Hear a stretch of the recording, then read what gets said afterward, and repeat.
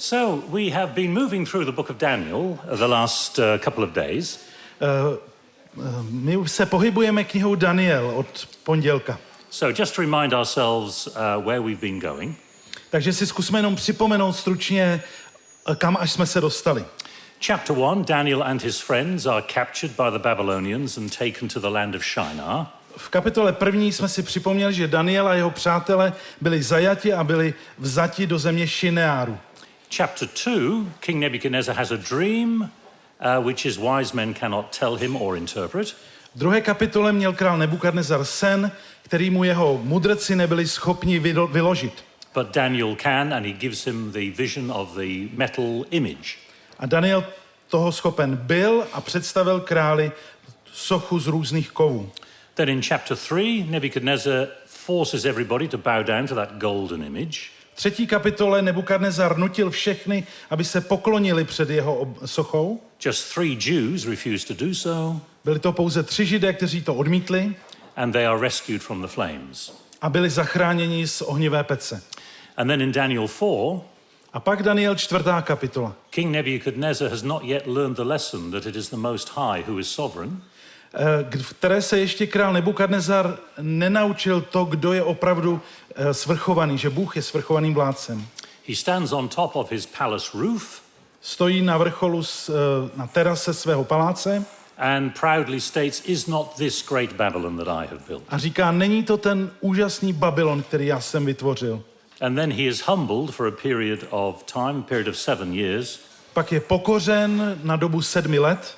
Until he acknowledges that the Most High is sovereign in the kingdoms of this world. Až do chvíle, než uzná, že Hospodin, Bůh je ten nejvyšší vládce svrchovaný.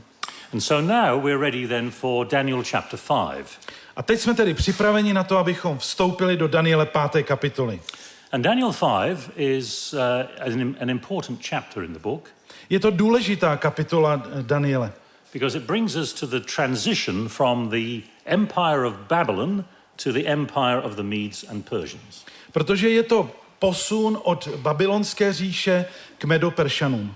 And so it's a reminder for us of that vision of the dream of Nebuchadnezzar back in chapter 2. Připomíná nám to ten sen, který měl Nebukadnezar v Danieli 2. kapitole. The head of gold is followed by the chest of silver. Protože ta zlatá hlava, po ní přichází stříbrná hruď. And it's in this chapter that we see that movement from the head of gold to the chest. A právě v 5. kapitole se posouváme od zlata ke stříbru. So it would be helpful at the outset, I think, if we just remind ourselves of what we find within this chapter. Takže bude dobré na začátku si říct, co v té kapitole vůbec můžeme objevit. So let's just look at a few brief points which will summarize the whole chapter and just set it in context for us. Teď to řekneme stručně v bodech, vlastně obsah celé té 5. kapitoly. Okay then. Král Belšasar pořádá velkou hostinu. Dopouští se svatokrádeže, když používá při hostině nádoby z jeruzalémského chrámu. Na zdi se objevuje tajemný nápis. Král žádá své mudrce, aby mu nápis vyložili. Oni to nedokáží. Daniel je schopen text přeložit. Nápis oznamuje soud nad králem Belšasarem. Jeho království zaniká. So then, in a nutshell, that is what happens in Daniel 5. Takhle jsme stručně popsali to, co se v té 5. kapitole odehrává. So let's move now from the broad view then and start looking at a few details in the chapter. A teď z toho širokého pohledu se zkusme soustředit na některé detaily obsažené v této kapitole. And the first point we need to spend some time on is King Belshazzar. První, kým se budeme zabývat, je samotný král Belšasar. Because this chapter presents him as the final king of the Babylonian Empire. Protože tato kapitola o něm hovoří jako o posledním králi babylonské říše. Traditionally, King Belshazzar has been a problem for interpreters of the book of Daniel. Původně byl král Belšasar problém pro výklad.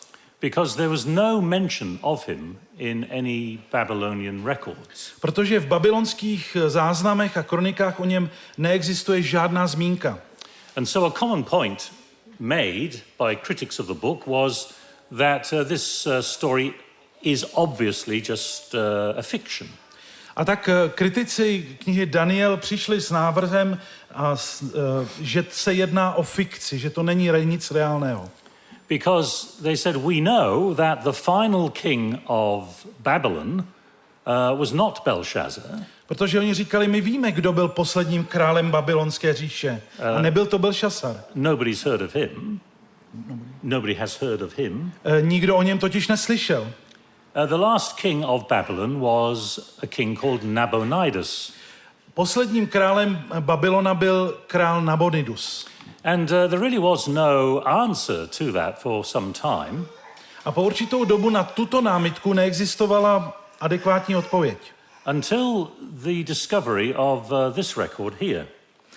Do té doby, než se našel ten předmět, který vidíte na obrázku, Nabonidův válec. So this is the Nabonidus cylinder, and it is a clay cylinder.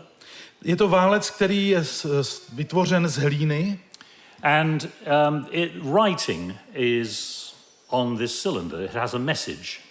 A na něm je vytlačeno poselství, které chce říci. As you can probably see, it looks like it looks a little bit like a duck has walked across wet clay and left impressions in the clay. Trochu to písmo připadá, jak kdyby se potom prošla nějaká malá kachna a nechala tam stopy, otisky. But this is cuneiform writing. Tohle je způsob, jak se psalo do hliněných tabulek. And there's a significant part of this cylinder. A důležitou součástí poselství tohoto válce. And among other things on this cylinder, this is what King Nabonidus says. A mezi různými těmi věcmi, které na něm jsou, na tom válci zapsány, je zapsáno také toto. Ať jejich základy chrámů jsou pevná jako nebesa a mne, Nabonida, krále Babylona, chraňte před hříchem proti velkému božstvu a dejte mi život po mnoho dnů. A pro Belšasara, mého prvorozeného syna, mé vlastní dítě, prosím, ať je v jeho srdci bázeň před velkým božstvem a ať nespáchá žádný hřích. Ať se může v životě radovat ze štěstí. So then, lo and behold, here we have a reference to Belshazzar. Takže tady máme zmínku o Belšasarovi. And Belshazzar is the eldest son of Nabonidus. Byl to nejstarší syn krále Nabonida. And Nabonidus was the last formal king of the Babylonian Empire. Nabonidus byl tím posledním formálním králem babylonské říše. But he spent more than half of his time away from Babylon out in the desert. Ale polovinu své vlády strávil mimo Babylon, mimo město Babylon, někde v poušti.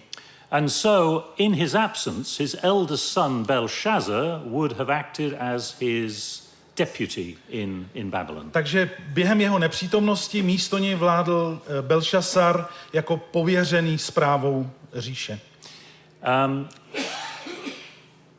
So, what was I going to say? So we also know from records that King Nabonidus was not present on the night that Babylon fell. Co také z těch záznamů víme, že Nabonid nebyl onoho osudného večera přítomen ve městě Babylon. So Belshazzar was effectively, although not formally, king for about half of his father's reign. A tak tedy Belšasar formálně sice nebyl králem, ale ve skutečnosti vlastně zastupoval tu říši onoho večera. And that fact is revealed by a detail in Daniel 5. Na to také ukazuje určitá drobnost v textu Daniele 5. kapitoly. And it's repeated several times. Je několikrát zopakována. So if we look at verse 7, podívejme se do 7. verše. Kdokoliv přečte toto písmo a sdělí mi výklad, bude oblečen do purpuru a na krk mu bude dán zlatý řetěz a bude mít v království moc jako třetí po mně.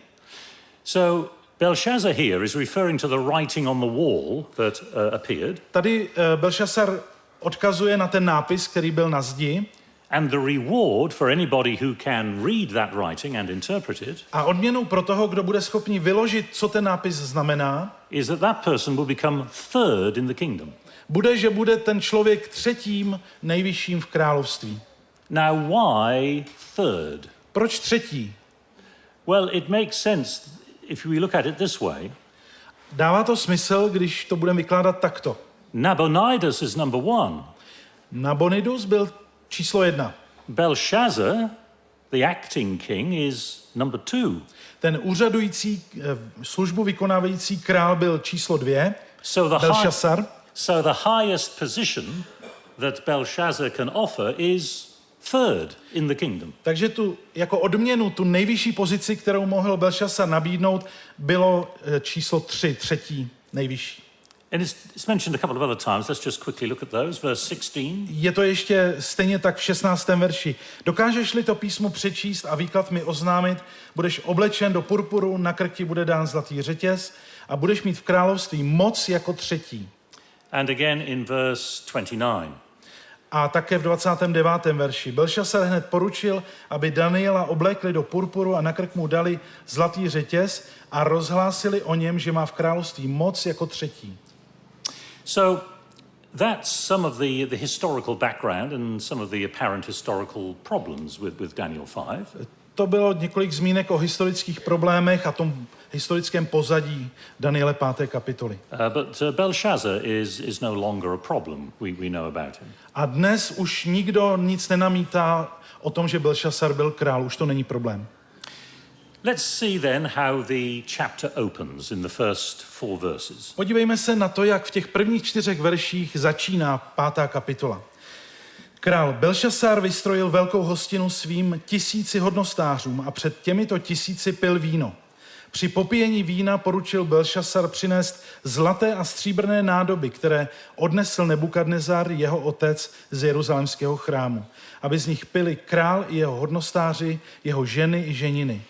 Hned tedy přinesli zlaté nádoby odnesené z chrámu, to je z Božího domu v Jeruzalémě, a pili z nich král i jeho hodnostáři, jeho ženy i ženiny. Pili víno, chválili bohy zlaté a stříbrné, bronzové, železné, dřevěné a kamenné. So King Belshazzar then holds this feast for a huge number of people in Babylon. Král Belšasar uspořádal hostinu pro velké množství lidí v Babyloně. But for the book of Daniel, this is more than just a feast. Pro knihu Daniel je to ale víc než jenom běžná hostina.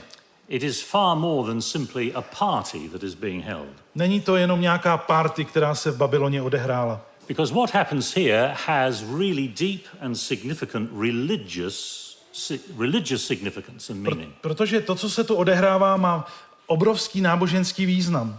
And that is because King Belshazzar brings out the vessels from the Jerusalem temple.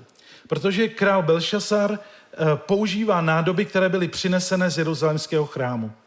You remember back in chapter 1, Nebuchadnezzar took the vessels from the Jerusalem temple. Pamatujete si, že v Danieli 1. kapitole to byl Nebukadnezar, kdo je přinesl z Jeruzaléma? And he placed them in the temple of his God in Babylon. A umístil je do chrámu svého boha v Babyloně. Now, on the one hand, this was Nebuchadnezzar's way of saying that he and his God had defeated the Jews and their God. To byl způsob, jak Nebukadnezar sděloval, že jeho Bůh a on zvítězili nad Bohem Izraele. But on the other hand, he put them in his temple. Ale také je třeba říct, že umístil do chrámu svých bohů. That is, he treated them with respect. Tedy jinými slovy, s nimi jednal s určitým respektem. But King Belshazzar brings them out of the temple and uses them for this party, for this feast. Belšasar ale tyto nádoby vezme z chrámu a použije je jako nádobí pro svou party. So when we put those factors together, we are reminded of a theme we've already seen in the book of Daniel. A když tohle si dáme dohromady, pak nám to připomene téma, s kterým už jsme se v knize Daniel setkali. And that is the theme which later is called the abomination of desolation. To je téma, o kterém už jsme mluvili, ta ohavnost spuštění na místě svatém. You recall back in chapter 3, A možná si vzpomenete, že v Danieli 3. kapitole we saw there that idols and gods are referred to many times in the Old Testament as abominations. Že ve Starém zákoně se často o pohanských bozích hovoří jako o ohyzdných modlách nebo o ohavnosti. And that becomes a theme in the prophecies later in the book of Daniel. A v knize Daniel se tohleto stane tématem v té prorocké části. It's also picked up by Jesus, remember, in Matthew chapter 24. A také Ježíš se o tom tímto stylem zmiňuje v Matouši 24. kapitole. So what we see happening here in these opening verses of Daniel 5 To, co tedy vidíme, že se děje na pozadí těch úvodních textů z 5. kapitoly, is that Belshazzar is bringing together those things which do not belong together. je to, že Belšasar spojuje dohromady věci, které nikdy být spojeny neměly. So looking at these opening first four verses again, you notice the last line, which is highlighted there. Podívejte se dolů v tom textu na tu poslední větu ve 4. verši, která je zvýrazněna. So he brings out the temple vessels from Jerusalem. On tedy bere ty nádoby z jeruzalémského chrámu And he uses them for feasting in general. Používá je pro hodování v obecném slova smyslu, But specifically, he uses them to praise these gods. ale konkrétně je vlastně používá pro chválení svých pohanských bohů. Can you just read that? Takže poslední věta z 4. verše. Pili víno a chválili bohy zlaté a stříbrné, bronzové, železné, dřevěné a kamenné. That is to say, when you look at this, it has the outward form of true religion.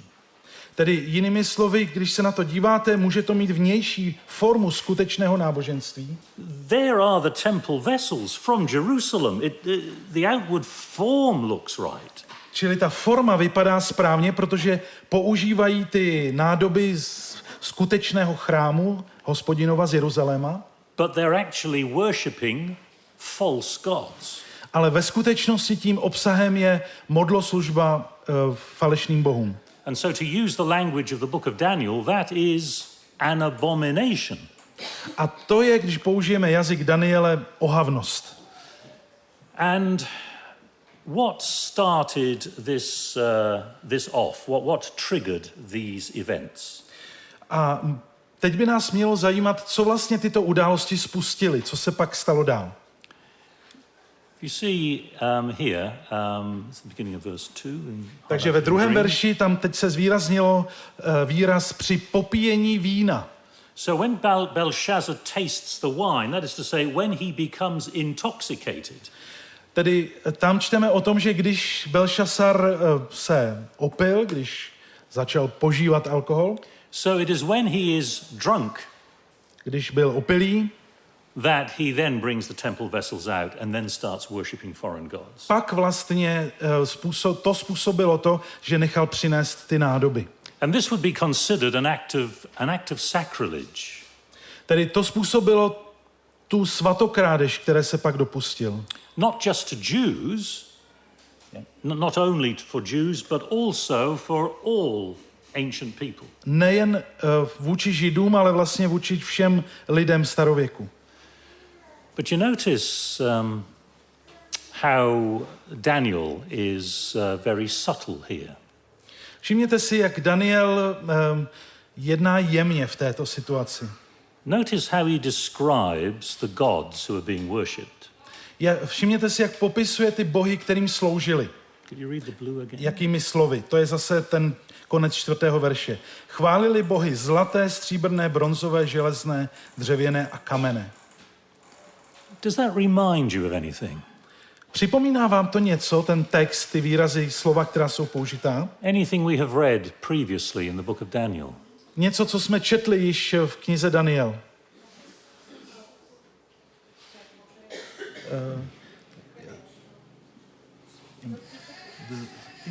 That's right, yes. Ano, sochu z 2. kapitoly. So Daniel describes them using the same language as was used in that image. Daniel používá stejné výrazy, jako byly použity při popisu sochy z Daniele 2. So gold, silver, brass, iron. It mentions wood as well, which we haven't seen before. Tedy mluví o zlatě, stříbru, bronzu, železu, ale zmiňuje se také o dřevu, o kterém nebyla dřív zmínka. But bear in mind that most images, most statues in Babylon would have had a wooden core, and they would have been coated in metal. They wouldn't have been solid metal, but would have a wooden center to them. Takže měli bychom vědět, že v Babyloně ta socha byla vlastně dřevěná, ale byla, jak to říct, potažena kovem nějakým. But what is the last line in the description? Ale jaká je poslední zmínka, poslední materiál, který je použit v tom popisu? What comes after wood? Co přichází po dřevu? Stone. Kámen. What did the stone do in Daniel chapter 2? Co udělal kámen v Danieli 2. kapitole? That's right. The stone hits that metal image and destroys it. Byl to kámen, který udeřil do té kovové sochy a zničil ji. So this is Daniel's way of saying, helping us to anticipate that God is not absent here. God is not absent here. To je způsob, jak Daniel vyjadřuje, že Bůh není z toho příběhu vyčleněn, že tam je přítomen. The God who is sovereign, Bůh je svrchovaný, who gave Nebuchadnezzar that dream of that sequence of metals and that final stone that hits. Protože to byl Bůh, který dal Nebukadnezarovi sen o té soše a o kameni, který nakonec udeřil do sochy. Now we're in chapter 5. Daniel wants to tell us subtly the same God is here as well. A Daniel teď připomíná, že ten stejný Bůh je v 5. kapitole přítomen. And just as judgment will hit that statue of Nebuchadnezzar's, A stejně jako ten kámen udeřil do kovové sochy z Daniele 2, we can anticipate God's judgment here and what's happening in chapter 5. můžeme očekávat Boží soud také v 5. kapitole. Okay, so let's have a look at verses 5 to 9, and there are one or two details here I'd like us to consider. Takže přečtěme si teď další část od 5. do 9. verše a budeme mít pár poznámek k tomu textu. V tu hodinu se ukázaly prsty lidské ruky a něco psali na omítku zdi královského paláce naproti svícnu. Král viděl zápěstí ruky, která psala. Tu se barva králova obličeje změnila a myšlenky ho naplnily hrůzou. Poklesl v kyčlích a kolena mu tloukla o sebe. Král mocně zvolal, aby přivedli zaklínače, hvězdopravce a planetáře. Babylonským mudrcům král řekl, kdokoliv přečte toto písmo a sdělí mi výklad, bude oblečen do purpuru, na krk mu bude dán zlatý řetěz a bude mít v království moc jako třetí po mně. Všichni královští mudrci tedy vstoupili, ale nebyli schopni písmo přečíst a oznámit králi výklad. Král Belšasar byl pln hrůzy a barva jeho obličeje se změnila. I hodnostáři byli zmateni. So no sooner then have we read about that sequence of metals ending in stone, Čili nedlouho potom, když jsme četli o tom seznamu těch kovů, které tam byly použity a končilo to kamenem, then this mysterious hand writes on the wall of the palace. začne na zdi psát tajemná ruka. The mention of stone has made us think of judgment. Tedy ta zmínka o kameni by v nás měla vyvolat myšlenku soudu. So we probably think that that handwriting on the wall is not good news. It's the beginning of judgment. Tím pádem tušíme asi, že to, že ta ruka začne psát na zdi, není dobré znamení. Je to počátek soudu. But you see how Daniel describes this? Všimli jste si, jak to Daniel popisuje? At the beginning here, notice he talks about the fingers of a human hand. Hovoří na začátku o prstech lidské ruky. And later this hand writes. A pak mluví o zápěstí ruky. Now it says the fingers of a human hand. Is that the Yeah. the fingers of a human hand? Hovoří o prstech lidské ruky. But this is obviously not a real human hand. Ale samozřejmě, že to není běžná lidská ruka. Just a kind of disembodied hand appearing and writing. Protože se objevily jenom zápěstí, které píše na zeď. So, once again, this detail reminds us of something earlier in the book of Daniel. A proto nám i tahle ta drobnost připomíná opět něco z knihy Daniel. So, looking at this detail of this hand that writes, this human hand, Podívejme se na tu drobnost. V tu hodinu se ukázaly prsty lidské ruky a něco psali na omítku zdi královského paláce naproti svícnu. Král viděl zápěstí ruky, která psala. if you look at chapter 2 and verse 34, Podívejme se do 2. kapitoly na 34. verš. Viděl si, jak bez zásahu rukou se utrhl kámen a udeřil do železných a hliněných nohou sochy a rozdrtil je. and here, of course, this is definitely not a human hand. I v tom textu z Daniele 2 se nejedná o lidskou ruku, která by vzala ten kámen. This is a divine hand of judgment. Je to boží ruka, ruka soudu. So, and that is in chapter 2, this not by... What is this hand that is not human? What is it doing? Co ta ruka dělá, ta, která není lidská? It cuts the stone. The stone of judgment in chapter 2 is cut not by a human hand. Je tam kámen, který ta ruka vlastně utrhne, který není v lidských rukou. So then, here we are in chapter 5, A teď se nacházíme v 5. kapitole and we go through the sequence of gold, silver, brass, iron, and stone.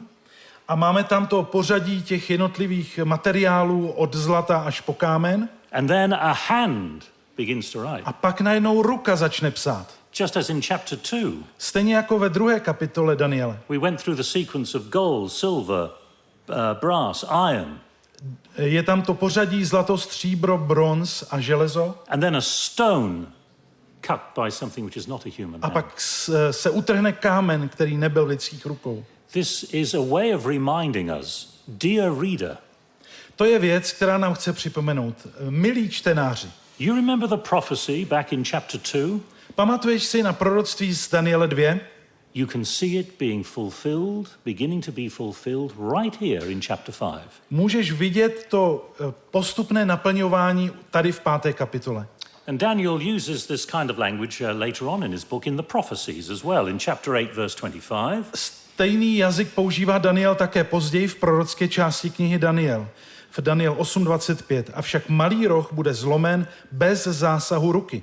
So the little horn will be defeated, but not by human hands. Malý roh bude zničen, ale bez zásahu člověka. And a similar statement in Daniel 9, verse 15. 9.15. Panovníku náš Bože, který si svůj lid vyvedl z egyptské země pevnou rukou.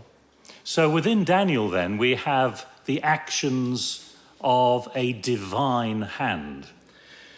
V Danieli se tedy setkáváme s tím, že Bůh jedná skrze božskou ruku. In prophecy, V proroctvích, in the stories, v příbězích and referred to in Israel's history as well. a také v dějinách izraelského národa. What is the point of reminding us about the mighty hand of God? Co je tedy, proč nám je připomenuto to, že mocná boží ruka se projevuje v dějinách? It is that God is sovereign. No to je ta myšlenka, že Bůh je svrchovaným vládcem. The Most High rules the kingdoms of Protože this ten world. nejvyšší vládne všem královstvím. So everybody at that feast is at a loss to understand what this writing is all about. Všichni účastníci toho královského banketu byli zmateni z toho, co se vlastně děje. And it's at this point that the queen comes in. A do toho chaosu vstupuje královna. Now, she is probably not the wife of not the wife of Belshazzar. Pravděpodobně to není královna manželka Belšasarová, but at least the wife of Nabonidus, or maybe the queen mother, the elderly queen figure in the court. ale pravděpodobně je to manželka Nabonida, nebo je to ta královna matka, nejznějštější žena na královském dvoře. And she brings a few words of wisdom into this situation. Ona přináší slova moudrosti do téhleté zmatené situace. But in the few words that she speaks, ale i když řekne jenom několik slov, it's interesting to see that she recalls all of the previous passages in the book of Daniel concerning the character of Daniel. Je zajímavé, že připomíná všechny zmínky o Danielově povaze, charakteru, o kterých jsme četli v předchozích kapitolách knihy. And there's a reason why what she says provides a kind of a summary of what has happened so far in the book. We'll come back to that in a minute. But what she says basically summarizes what has happened in the book so far concerning Daniel the man. A je důvod pro to, proč to říká způsobem, kterým shrnuje všechno, co bylo řečeno o Danielovi v předchozích kapitolách knihy. So let's see what she says. Takže podívejme se, co říká. Chapter 5, 10-12. Daniel 5, 10 až 12. Královna řekla, je ve tvém království muž, v němž je duch svatých bohů. Král Nebukadnezar, tvůj otec, ho ustanovil nejvyšším z věštců, zaklínačů, hvězdopravců a planetářů. Ano, tvůj otec králi, neboť bylo zhledáno, že Daniel jemuž král dal jméno Beltšasar, má mimořádného ducha a poznání a že je zběhlý ve vykládání snů, řešení záhad a vysvětlování věcí nesnadných. So, she says, there's a man in your kingdom, that's obviously Daniel, he is endowed with the spirit of the holy gods. Ona říká, že v něm je bez pochyby duch svatých bohů. And that's precisely how Daniel was described previously in chapter 4, verses 5-6. A je to přesně slovník, kterým je Daniel popsán ve 4. kapitole v 5. a 6. verši. Maybe we can just read the highlighted part of that Takže verse rather budeme than číst jenom everything. ty podtržené části. V něm je duch svatých bohů. V tobě je duch svatých bohů. So when the queen speaks in chapter 5, she recalls what happened in chapter 4. Takže když královna mluví v 5. kapitole, připomíná to, jak byl Daniel charakterizován ve 4. kapitole. And she says something else here in chapter 5 as well. Pak dodává ještě další věci. It says that your father, King Nebuchadnezzar, well, maybe read it and then I'll... Just the highlighted bit, yeah. Takže to zase ta potržená část. Král Nebukadnezar, tvůj otec, ho ustanovil nejvyšším z věštců, zaklínačů, hvězdopravců a planetářů. So she refers here to the promotion of Daniel. Takže mu připomíná to, jak byl Daniel povýšen. Which we read about in chapter 2. A o tom jsme četli v Danieli 2. kapitole. Král pak Daniela povýšil, dal mu mnoho velkých darů i moc nad celou babylonskou krajinou a učinil ho nejvyšším správcem všech babylonských mudrců. So far then, what the queen says, she says it in such a way as to remind us of what's gone before. Tedy královna mluví tak, že nám připomíná to, co o Danielovi už víme z předchozích kapitol. So we say, oh yes, I remember that. That was in chapter 4. A pak ten člověk, když to čte, si řekne, aha, tohle jsem četl v kapitole 4. And you say, oh, I remember that. That was back in chapter 2. A tohle to je z Daniele 2, to si pamatuju. And again, here at the, she also, if you just look at the a také highlighted part there, říká, že král mu dal jméno Beltšasar. she refers to the fact of Daniel receiving a Babylonian name. Také připomíná, že Daniel dostal babylonské jméno. And where do we read about that? O tom čteme kde? We read about that in Daniel chapter 1. V 1. kapitole, 7. verš. Where Daniel he called Belteshazzar. Danielovi dal jméno Beltšasar. So she refers to chapter 1.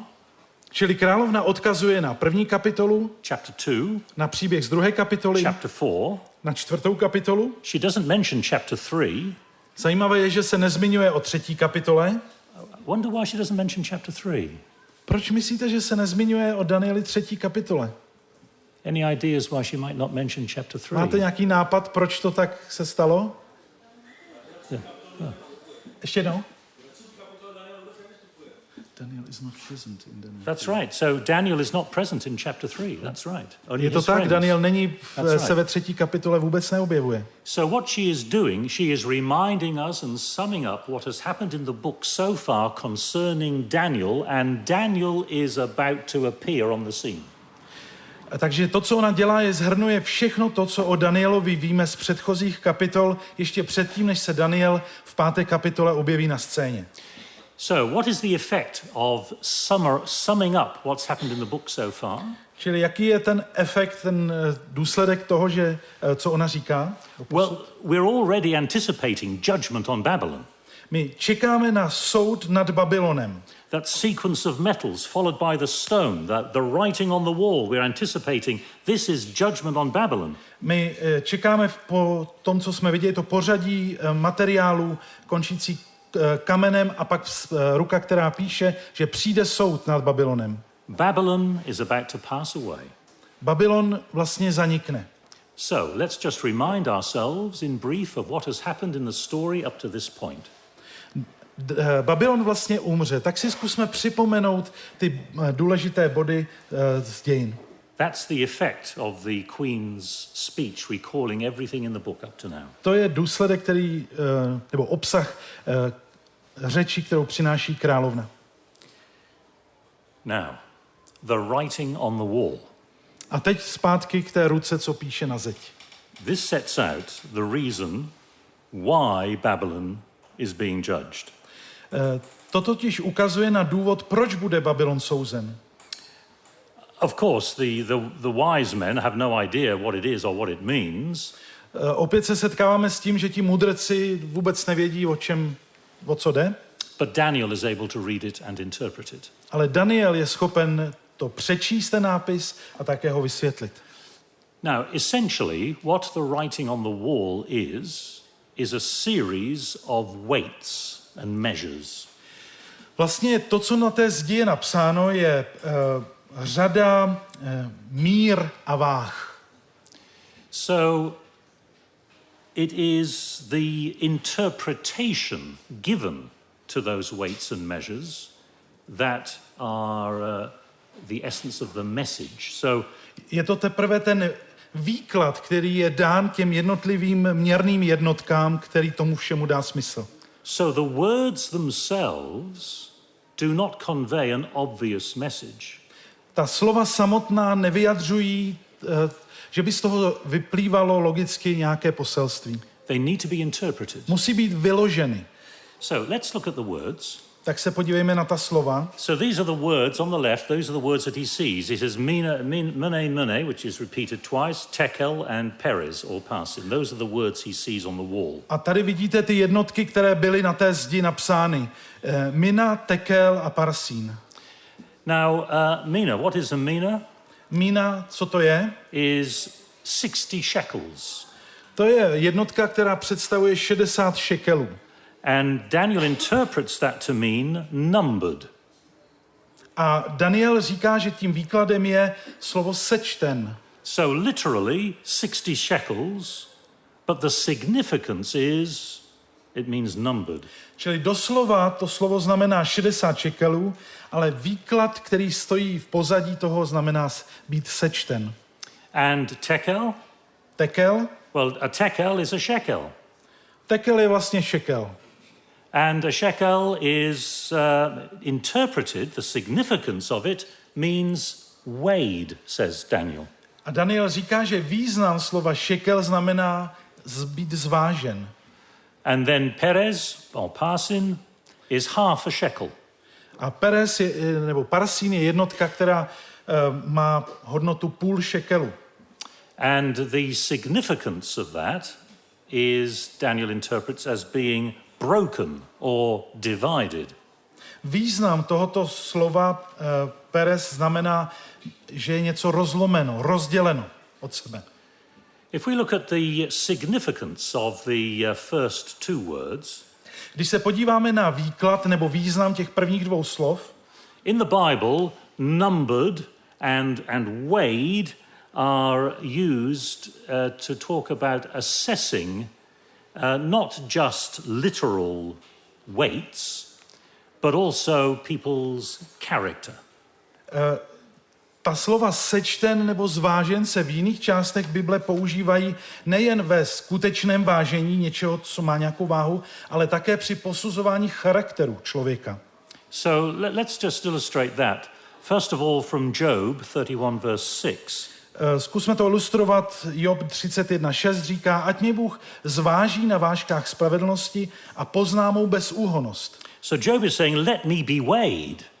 Čili Job říká, ať mě Bůh zváží. Now, you know, my wife insists that I weigh myself regularly. Moje manželka trvá na tom, abych se pravidelně vážil. Because she knows that I have a tendency to put on weight if I don't. Protože ví, že mám tendenci k tomu získat váhu větší, než bych měl mít. But when Job is saying, let me be weighed, ale když Job řekne, ať mě Bůh zváží, he's not saying, I'd like to know how many kilos I am. Nechce tím říct, mělo by se vědět, kolik kilo mám. He wants to be weighed and let God know my integrity. Ale ať mě Bůh zváží, ať ví o mé integritě, spravedlnosti. Being weighed is a moral judgment here. Být vážen u Joba znamená, je to morální soud. And that is the significance it has on the wall in Daniel chapter 5. A stejný význam má to také v tom našem příběhu z Daniele 5. kapitoly. See again here in Proverbs 16 verse 2. Přísloví 16:2, stejná myšlenka. Člověku se všechny jeho cesty zdají ryzí, ale pohnutky doslova váží, Hospodin váží ducha člověka, podle anglického překladu. Right. So the Lord weighs the spirit. It's a moral weighing, a moral numbering and judging. Je to tedy morální posuzování charakteru. Hospodin váží ducha. And so as Daniel says to the king, takže když Daniel říká králi, you have been weighed in the balance, ty jsi byl zvážen, and you have been found wanting. Byl jsi nalezen, shledán lehkým. You don't weigh what you should morally, spiritually, ethically. Čili nevážíš v morálním, etickém ohledu tolik, kolik bys vážit měl. And with that, the empire of Babylon ends. A s tímto slovem vlastně končí celá babylonská říše. And right at the end of Daniel 5, we are told the next significant event. A na konci 5. kapitoly se mluví o další důležité události. And we find this in verse 31. My to najdeme na začátku 6. kapitoly. No, we don't. We find this in Daniel 6, verse 1. Ano. All right, so this is another difference between the English and the Czech. Tady narazíte na jiné číslování. V angličtině je to na konci 5. kapitoly, my to máme jako první verš v 6. But it is, let's not fall out over a simple chapter division, all right? But it's the next thing that happens. To nás nemusí trápit, soustřeďme se na ten text. So, we read there, can you read that? Darjaveš Mécký se ujal nebo přijal království ve věku 62 let. Yes. Now, here is an interesting point of translation. Tady je zajímavá věc spojená s překladem tohoto textu. Can I just check, does the Czech translate it as take or received? Yeah, do you know? Let's not worry. Take or accept. Okay. But we're looking here at this Aramaic word. My se podíváme, máte tam také napsané to aramejské slovo, které je tam použito. And this verb kaval, a to slovo kaval, it can have two distinct meanings. Má dva různé významy. So when we come to it, we need to make a decision as to which way we are going to translate it. A jako překladatelé musíme rozhodnout, kterou cestou se vydáme, které slovo použijeme. So this verb in Aramaic, it can mean either to take. To slovo znamená v aramejštině buď vzít, nebo my tam máme ujmout se království, or to receive. A nebo přijmout. So depending on the context, it can mean take or receive. Takže s ohledem na kontext to může znamenat ujmout se království nebo přijmout království. So you are reading the book of Daniel. Čtete knihu Daniel. And you have got to this point in the book of Daniel. A dostanete se až do tohoto bodu, do prvního verše 6. kapitoly. And power passes from the Babylonian to the Medo-Persian Empire. Ta moc se přenáší z babylonské říše na medoperskou. Darius the Mede is the head of the Medo-Persian Empire. Darius Médský je králem této říše. Now, did Darius the Mede take the kingdom? Takže otázka zní, ujal se Darius království? Or did he receive the kingdom? A nebo ho přijal? Jak to přeložit? How would you translate it? Jak byste to vy přeložili z aramejštiny?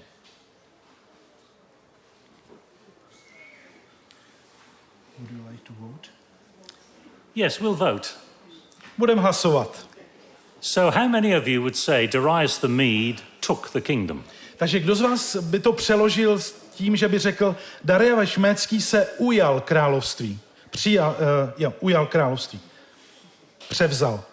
We've got a few that he took it. Takže ruce nahoru. Ano. How many of you would say that he received the kingdom? A kolik z vás by šlo překladem, že přijal království? We have more saying that he would receive the kingdom. Now, of course. Takže ta druhá verze má víc rukou nahoře. If you look this up in a dictionary, all of you are correct. Když se podíváte a vezmete do ruky slovník, tak všichni jste měli pravdu. However, what has the book of Daniel been wanting to stress up to this point? Ale co chce kniha Daniel zdůraznit, nebo co chtěla zdůraznit v těch minulých kapitolách? That it is the Most High who rules the kingdoms of this world. Že je to Bůh nejvyšší, který vládne nad všemi královstvími. And gives it to whoever he wills. A dává je tak, jak on sám chce. So I think the better translation is to say that Darius the Mede receives the kingdom because it is God who gives the kingdom. Takže pro mě vítězí ta druhá varianta, kdy to znamená Darius Médský přijal království, protože je to Bůh, kdo mu ho svěřil. Now let me include something here that the rabbis used to talk about with their students. Chci přidat ještě jednu věc, kterou říkali rabíni svým studentům. The rabbis were always looking for details in the text. Rabíni byli ti, kteří se hrabali v textu a hledali tam ty jemné nuance a drobnosti. And so as the rabbi was teaching his eager students, just like in this tent. A když rabín učil své dychtivé studenty, stejně tak jako vy jste tady dychtiví většinou, they would say to all of their eager little rabbinic students, have you noticed this? Have you noticed this? A tak ten rabín říká svým nadšeným studentům, všimli jste si tohodle? The writing on the wall. Nápisu na zdi. Let's go back to the writing on the wall. Podívejme se na ten nápis na zdi. Okay, we don't need to do that, yeah. The writing on the wall. A mina, remember, 60 shekels. Mina znamená 60 šekelů. A tekel is 1 shekel. Tekel je vlastně 1 šekel. And parsin, well, that is 1 divided into 2. 2 halves make 1. A parsin vlastně znamená 2 poloviny 1 šekelu. Now, 60. 60 plus 1 plus 1 plus 1 plus 1 gives us 62. Tak to nám sečteno dá dohromady 62. 62. 62. Well, we all know the significance of 62, don't we? Samozřejmě, že všichni víme, jaký úžasný symbolický význam má číslo 62. Je to tak? Well, maybe not, but možná, 62. Že ne. But in this case, because what does Daniel tell us about Darius the Mede? Protože co nám řekne Daniel o Dariuši Médském? Darius the Mede received the kingdom. How old is he? Jak byl starý? Kolik mu bylo? 62. 62. Praise the Lord. Chvála Pánu. For all of his insight in his word. Za ten úžasné hluboké myšlenky v textu. Well, maybe so. No, asi maybe not. A možná, že taky ne. But it's the sort of detail you never forget once you've heard it. You know. Ale myslím si, že to je ten druh ilustrací nebo detailů, které nikdy nezapomenete od této chvíle. So let us just let us just complete Zkusme to shrnout. with a reflection on chapter 5. Tím, že ještě shrneme tu 5. kapitolu. You've heard me say more than once that the stories in Daniel help us to anticipate the prophecies in Daniel. Už jsem několikrát opakoval, že příběhy z knihy Daniel nám pomáhají pochopit prorockou část knihy Daniel. So let's just see how this story helps us to anticipate those prophecies. Takže jak nám může tento příběh pomoci s tím, co přichází v proroctvích? So in chapter 5, we have a drunken feast using temple vessels. Máme zde opilé hosty, kteří používají nádoby z chrámu. We read of the gods of gold and silver, bronze, iron, wood and stone. Četli jsme o bozích, které jsou ze zlata, stříbra, bronzu, železa, dřeva a kamene. And in verse 21 that the Most High has sovereignty over the kingdom of mortals. A také podle 21. verše je to Bůh nejvyšší, který má moc nad lidským královstvím. Now that is in this particular story. To je v tomto našem příběhu. But once we head off to the prophecies later in the book, Ale když potom budeme číst prorockou část, there we read of the abomination of desolation theme, budeme tam číst o ohavnosti, ohyzné modle, which is anticipated by that drunken feast using the temple vessels. o které to předjímá vlastně ta událost s těmi opilými hosty, kteří znesvěcují nádoby z chrámu. That sequence of metals, as we've already seen, recalls the sequence of metals in the prophecy of Daniel chapter 2. Pořadí kovů, těch materiálů v 5. kapitole připomíná to, co bylo řečeno v 2. kapitole a pořadí kovů tam. And the prophecies demonstrate God's power to raise up and bring down kingdoms. A ukazuje také na Boží moc ustanovit nebo rušit království. How can God raise up and bring down kingdoms? It's because the Most High has sovereignty over the kingdom of Jak to, že to dělá Bůh? No, protože je svrchovaným vládcem všeho. So, what we frequently do is to treat the prophecies as if they stand alone and the stories as if they stand alone. Někdy přistupujeme ke knize Daniel, jako kdyby proroctví stály o samotě a ty příběhy z knihy Daniel zase stojí odděleně. But if we try to understand the prophecies before we first understand the stories, we're likely to misunderstand many of the details in the prophecies. Ale pokud se budeme snažit pochopit proroctví, aniž bychom se předtím snažili pochopit poselství příběhu z Daniele, zdá se mi, že se mineme a nepochopíme všechno, co je tam ukryto. Okay, we've gone a little bit over time, so Máme zpoždění we'll try to make time later on maybe to discuss some of the things on chapter 5, but now I think we better take a break. Takže budeme ještě dál trošku diskutovat o tom, co je v 5. kapitole, ale teď si uděláme přestávku. 10 minut. 10:16 budeme začínat. So here we are then at Daniel chapter 6. And this will be the last of the chapters in Daniel that we will be looking at. Takže teď se dostáváme do 6. kapitoly Daniele a je to poslední kapitola Daniele, které se budeme věnovat. Now, as with Daniel 5, it would be helpful if we got the broad view of Daniel 6 in our minds before we go into the detail of the chapter. A uděláme to stejně jako s 5. kapitolou, že si připomeneme, nebo bude to takové stručné shrnutí toho, co v Danieli 6 najdeme. So we'll begin then just by reading a very condensed version of chapter 6, which picks up on the basic detail. Takže na plátně teď máte zhuštěnou verzi 6. kapitoly, jenom takové ty důležité body. Dariovišovi se zalíbilo ustanovit nad královstvím 120 satrapů, aby byli po celém království. Nad nimi byli 3 říští vládcové, z nichž jedním byl Daniel. Tu se říští vládcové a satrapové snažili nalézt proti Danielovi záminku ohledně jeho správy království. Proto si ti muži řekli, nenajdeme proti Danielovi žádnou záminku, ledaže bychom našli proti němu něco, co se týče zákona jeho Boha. Každý, kdo by se v údobí 30 dnů obracel v modlitbě na kteréhokoliv boha nebo člověka, kromě na tebe, králi, ať je vhozen do lví jámy. Když se Daniel dozvěděl, že byl podepsán přípis, vešel do svého domu. Modlil se a vzdával čest svému Bohu, jako to činíval dříve. Král tedy poručil, aby přivedli Daniela a vhodili ho do jámy, v níž byly lvy. Daniel byl tedy z jámy vytažen a nebyla na něm shledána žádná úhona, protože věřil ve svého Boha. So that's the condensed version of the text. Now, just to make sure we got the basic elements of that, just took a few bullet points, which again just summarize this chapter. Takže pár bodů, které shrnují vlastně to, co jsme teď četli. Král Darjaveš pověřil Daniela vykonáváním vysokého úřadu. Danielovi spolupracovníci zosnovali jeho pád. Je povoleno uctívat pouze Darjaveše. Daniel pokračuje v modlitbách tak jako předtím.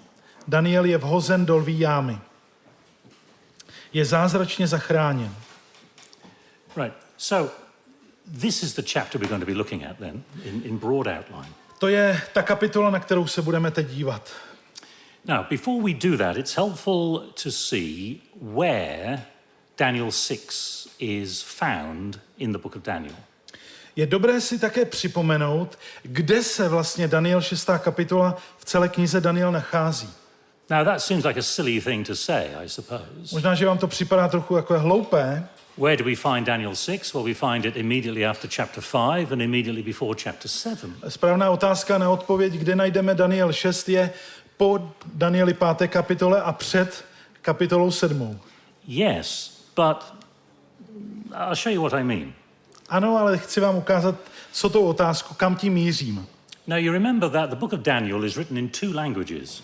Kniha Daniel byla napsána 2 jazyky, jak už jsme říkali. Now, I wish that were English and Czech, but that is not the case. Přál bych si, aby to byla angličtina a čeština, ale to v tomhle případě tak není. It is written in Hebrew and Aramaic. Je to hebrejština a aramejština. And the Aramaic part of Daniel begins in chapter 2. Aramejská část knihy začíná v Danieli 2. Chapter 2, verse 4. Ve 4. verši. And goes all the way through to the end of chapter 7. A končí ta aramejská část v 7. kapitole. So, in Daniel then, chapter 1 is Hebrew. Takže Daniel 1 je hebrejština. Chapters 2 to 7 are Aramaic. Od 2 až 7 je aramejská část. And then chapters 8 to 12 we go back to Hebrew. A od 8. kapitoly opět je text v hebrejštině. Now, the Aramaic chapters, chapters 2 to 7, are arranged in an interesting manner. Aramejská část knihy je zorganizována zajímavým způsobem. Let's see how that works out. Podívejme se na to. So, in chapter 2, we have a vision of 4 kingdoms. V 2. kapitole máme vidění 4 království. The Nebuchadnezzar's dream, the head of gold, down to the stone which strikes the image. Nebukadnezarův sen o soše, kam ten kámen udeří do nohou. Then, chapter 3, we have a story of faith tested to death. V 3. kapitole máme příběh, kdy víra je zkoušena až na smrt.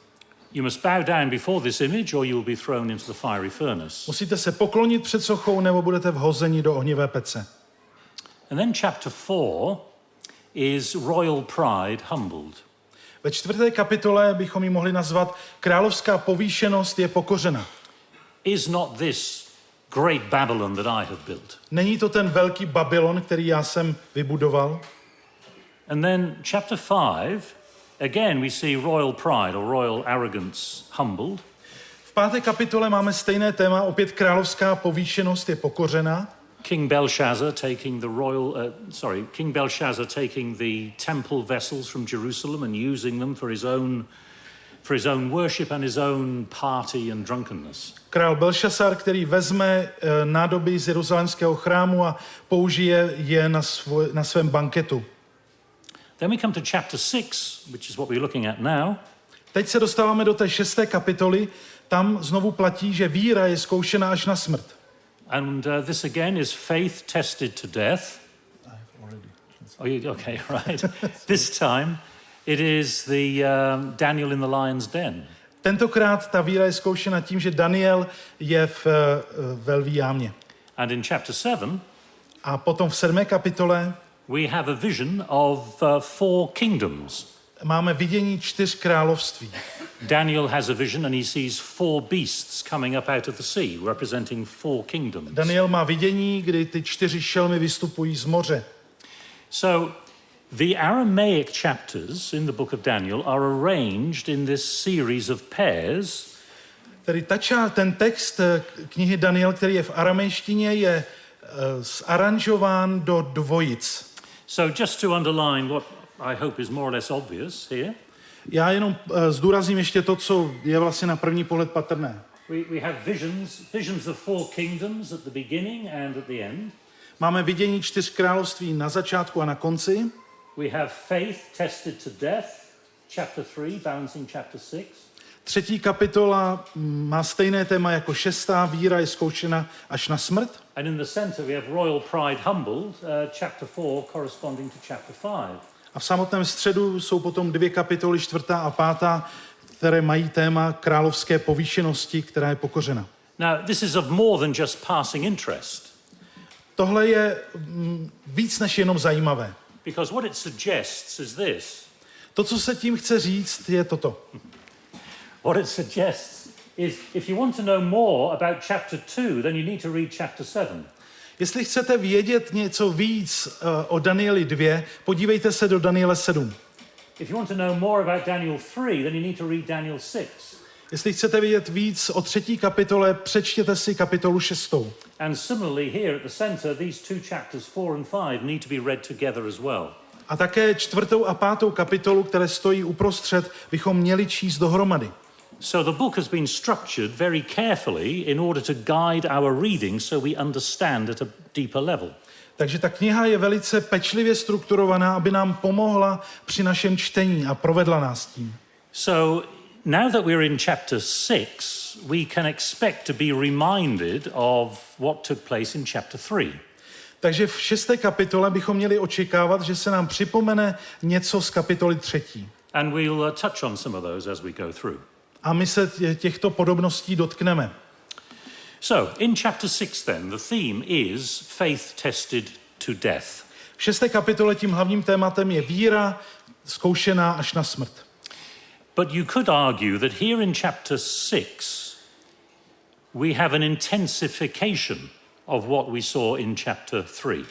Možná byste mohli namítnout, že v 6. kapitole, ale je to jako všechno zesíleno, je to intenzivnější, víc než v kapitole 3. Because in chapter 3, faithful Jews refused to commit an act. They refused to bow down to the image. Protože v 3. kapitole ti věrní Židé odmítli vykonat ten čin poklonění se. But in chapter 6 with Daniel, we have a faithful Jew who refuses to omit doing something. Ale v 6. kapitole tady máme věrného Žida, který odmítá něco vynechat, co by jako věrný muž měl dělat. In chapter 6 with King Darius, we meet a king who is easily manipulated. V 6. kapitole také se setkáme s Darjavešem, který je králem, kterým se dá snadno manipulovat. And as we read the story, we know, as readers, we know something that King Darius does not know. My jako čtenáři toho textu něco víme, co král Darjaveš neví. This whole scheme put forward by his governing officials, protože celý ten příběh naaranžovali jeho vládnoucí spolupracovníci, is really an elaborate way of fooling the king. Je to vlastně takový velice dobře promyšlený způsob, jak zesměšnit krále, nebo jak z krále udělat hlupáka. The law that they get the king to make seems to be to protect the kingdom. Protože ten zákon, který měl Darjaveš ustanovit, se zdálo, že měl vlastně krále chránit, nebo jeho království. But it actually undermines, it actually goes against the kingdom. Ale ve skutečnosti tou jeho pravou podstatou je, že jde proti království. Because it attacks it attacks the best official in the empire. Protože je zaměřen na toho nejlepšího úředníka v celém království. The officials give the impression that all power rests in your hands, O king. Ti ostatní státní úředníci říkají, no přece králi, ty máš tu veškerou moc v království. But really, the king is putting himself in the hands of those who are conspiring against Daniel. Ale ve skutečnosti je král vydán na pospas těmto státním úředníkům. And of course they appeal to the king's pride. A také trošku polechtají královo ego a jeho pýchu. The king thinks that he is the focus of this whole proposal. Protože král si myslí, že on je uprostřed toho návrhu, že on je tématem toho všeho. What a wonderful idea that all my people can only worship through me. Jaká úžasná myšlenka, že lidé budou uctívat mě jako krále. But actually, of course, it is Daniel that is the focus of this, not the king. Ale ve skutečnosti je celé to zaměřené na Daniele, ne na krále. So this story in Daniel 6, it soon becomes clear it is a story of two laws. Takže se ukazuje, že ten příběh z Daniela 6. kapitoly je vlastně příběhem dvou zákonů. On the one hand, we have the law of God. Na jedné straně máme Boží zákon. And on the other hand, we have the law of the Medes and Persians. A na druhé straně proti tomu stojí medoperský zákon. And that appears quite early. In verse 6, A to je řečeno hned z kraje kapitoly 6. verš. Proto si ti muži řekli, nenajdeme proti Danielovi žádnou záminku, leda, že bychom našli proti němu něco, co se týče zákona jeho Boha. so this window of opportunity that we have to get this Daniel is his religion. Ten způsob, jak můžeme Daniela dostat, je to, že se zaměříme na jeho náboženství. The law of his God, that is our opportunity. A proto se začínají trefovat do zákona jeho Boha. To je jejich příležitost. So what do these conspirators say here in verse 8? A dál ty konspirátoři říkají v 8. verši, všichni královští vládci, zemští správcové a satrapové, královská rada a místodržitele se uradili, aby s královským výnosem potvrdil zákaz. Každý, kdo by se v údobí 30 dnů obracel v modlitbě na kteréhokoliv boha nebo člověka, kromě na tebe, králi, ať je vhozen do lví jámy. So this whole story is a battle, if you like, between the law of God and the law of the Medes and Persians. Celý ten příběh je vlastně bojem dvou zákonů. Zákona božího a zákona médsko-perského. And that is the choice that Daniel has. A to je volba, před kterou stál Daniel. Is he going to continue, as he always has, obeying the law of God? Pokud budu pokračovat v tom, jak jsem to dělal doposud a poslouchat boží zákon, Or will he obey the law of the Medes and Persians? a nebo budu poslouchat medoperský zákon. This is another example, maybe more extreme than before, of where do you draw the line? Jinými slovy, to je také příklad, možná takový extrémní, toho, kde namalujete tu čáru, za kterou už nejdete. Where does my loyalty to God begin? Where does my loyalty to the state end? Kde končí moje poslušnost vůči státu a začíná moje věrnost Hospodinu. Now, as we all know, Daniel decides he's going to continue as he always has. A my víme, že se Daniel rozhodl pro první možnost. Dělat věci tak, jak doposud. So in this matter, the law of God must prevail in Daniel's life above that of the law of the Medes and Persians. Proto boží zákon stojí výš než medoperský zákon. But there is a problem, Je tam ale určitý problém, because these two laws have something in common. protože tyto dva zákony mají něco společného. They cannot be changed. Nemohou být změněny. The law of God, Boží zákon, that cannot be changed. ten nemůžeme změnit. The law of the Medes and Persians, Medoperský královský výnos that cannot be changed either. nemůže být také změněn. So what happens when an irresistible force meets an immovable object? Co se stane, když obrovská síla se střetne s nepohybující se předmětem? Notice what it says in Daniel 6 about the law of the Medes and Persians. Všimněte si, co je o medoperském zákonu řečeno. Nyní králi vydej zákaz a podepiš přípis, který by podle nezrušitelného zákona Médů a Peršanů nesměl být změněn. So the law of the Medes and Persians can't be changed. Takže medoperský zákon nelze změnit.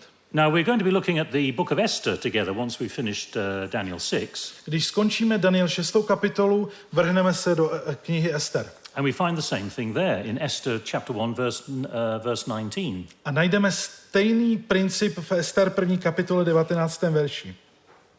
Uznali to král za vhodné, ať vydá královské nařízení, které se zapíše mezi zákony perské a médské a nebude přestupováno, nebo nepomine, že Vašty už nesmí předstoupit před krále Achašvéroše a její královskou hodnost ať dá král druhé, lepší než je ona. And again in chapter 8 verse 8. A to tež najdeme v Ester 8.8. Vy sami teď napište Židům, jak uznáte za vhodné, královým jménem a zapečeťte královým prstenem.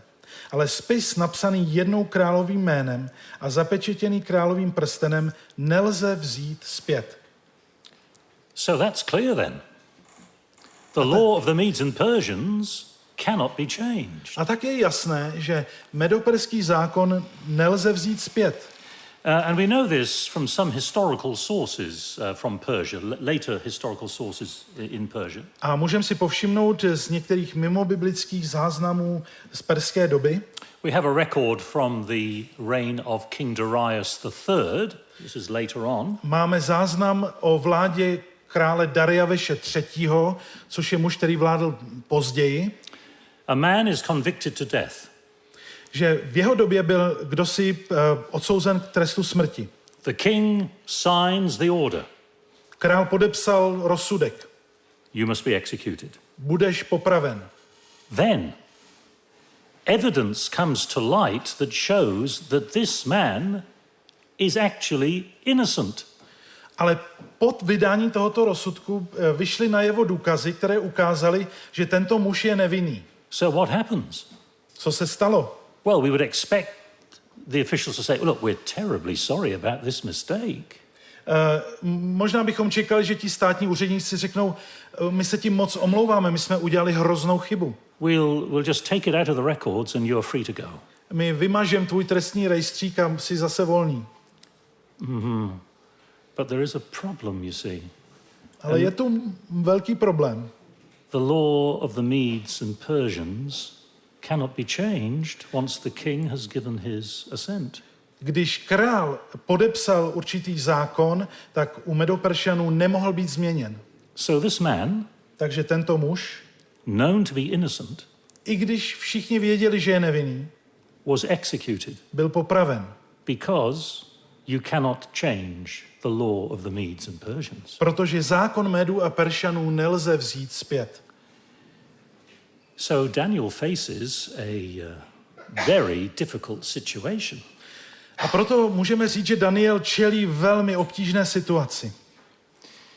Now, once Daniel has been found praying to Jerusalem, as he always has, a když Daniele nalezli, jak se modlí směrem k Jeruzalému, tak jak to dělal vždy, they know that the king will want to do all he can to save Daniel.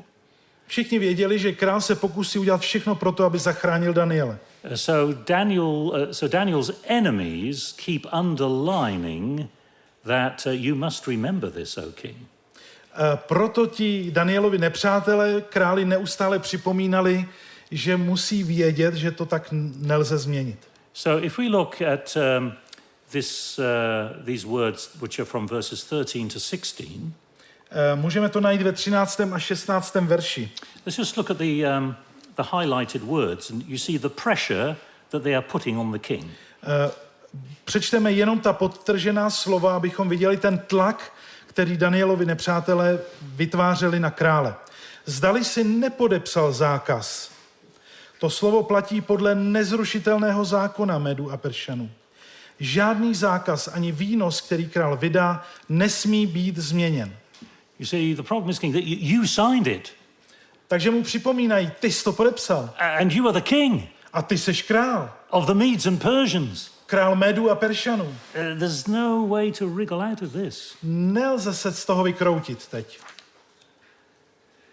So the king must deliver Daniel to the lion's den. Takže král musí připustit to, že Daniele uvrhnou do lví jámy. And when he does so, he says something rather strange.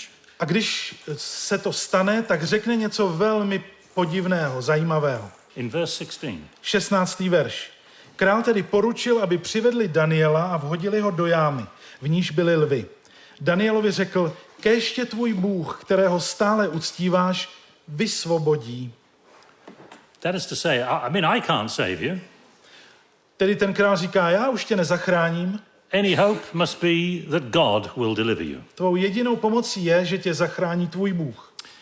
Now, you remember as we saw the way these Aramaic chapters are structured. Nezapomeňme, když jsme se dívali na tu strukturu aramejské části knihy Daniel. Chapter 6 is balanced by chapter 3. 6. kapitola je vlastně odrazem kapitoly 3. Now, we already mentioned this briefly when we were in chapter 3, but let's just review this. My už jsme to naťukli, když jsme mluvili o 3. kapitole, tak to jenom připomeneme. And that is that the theme of deliverance is central to both chapter 3 and chapter 6. Že téma vysvobození je téma, které je velmi důležité jak ve 3. tak 6. kapitole. With the fiery furnace and also with the den of lions. Když se mluví o ohnivé peci a o jámě plné lvů. Let's just quickly go through these verses. Daniel 3, verse 15. Jenom rychle připomenem ty texty, tu souvztažnost. A kdo je ten Bůh, který by vás vysvobodil z mých rukou? Jestliže náš Bůh, kterého my uctíváme, nás bude chtít vysvobodit z rozpálené ohnivé pece, i z tvých rukou, králi, vysvobodí nás. Požehnán buď Bůh, který poslal svého anděla a vysvobodil své služebníky. Není jiného Boha, který by mohl vyprostit jako tento Bůh. And now with this corresponding chapter of Daniel chapter 6. A teď ty texty, které tomu odpovídají v kapitole 6. Kéž tě tvůj Bůh, kterého stále uctíváš, vysvobodí. Dokázal tě Bůh, kterého stále uctíváš, zachránit před lvy? Vysvobozuje a vytrhuje, činí znamení a divy na nebi i na zemi. On vysvobodil Daniela ze lvích spárů. So, those of us, of course, who have been reading the book of Daniel, my, kteří čteme knihu Daniel, and we hear this trigger word deliver, a když slyšíme to důležité slovo vysvobodit, zachránit, vyprostit, and we say to ourselves, where have we heard that before? si řekneme, kde už jsem to slyšel? Deliver that. Zachránit. Chapter 3? No to je kapitola 3. The fiery furnace? Ohnivá pec. It couldn't be, could it, that God will deliver Daniel from the lion's den as he delivered his 3 friends from the fiery furnace? Mohlo by to být tak, že Daniela Bůh vysvobodí stejně, jako vysvobodil 3 mladé muže z ohnivé pece? So what happens? Takže co se stalo? If we look at, I should have had a slide on this, but verses 19 to 24. Jestli můžete najít si v Danielovi, Daniel 6. V Danielovi 6. kapitole. And it's verse 19 in mind. At the break of day the king got up. A tam verš 19 až 24. Daniel 6, 19 až 24. Král potom odešel do svého paláce a strávil noc bez jídla. Nepovolal k sobě ani radovánky, i spánek ho opustil. Nakonec král musel vstát ještě za svítání, jakmile se rozednilo, a poděšeně spěchal ke lvímu doupěti. Když se král k doupěti přiblížil, zavolal zarmouceným hlasem Daniela. Král Daniela oslovil takto: Danieli, služebníku toho živého Boha, jestli pak tě tvůj Bůh, kterého ty stále uctíváš, dokázal vysvobodit od lvů? V tom ke králi promluvil Daniel: Králi, navěky buď živ. Můj Bůh poslal svého anděla a lvům zavřel ústa, takže mě nezranili, poněvadž jsem byl před ním shledán nevinným. A také vůči tobě, králi, jsem nic špatného neprovedl. Tu se král nad tím velice zaradoval a rozkázal Daniela vytáhnout z doupěte. Daniel byl tedy vytažen z doupěte a nenašlo se na něm žádné zranění, neboť věřil ze svého Boha. To byl český studijní překlad, jenom pro to doupě. Jenom. How far did he go there? 24. So it broke all their bones in pieces? Is that how it is? No. That the king was pleased and he commanded to Daniel withdraw from the den, and the Daniel was taken from the den, and it was not found any harm because he believed in God. So the king was exceedingly glad. Have you done that? Takže ještě dva, takže ještě dva verše, které na to navazují. Král pak poručil, aby text about the enemies of Daniel.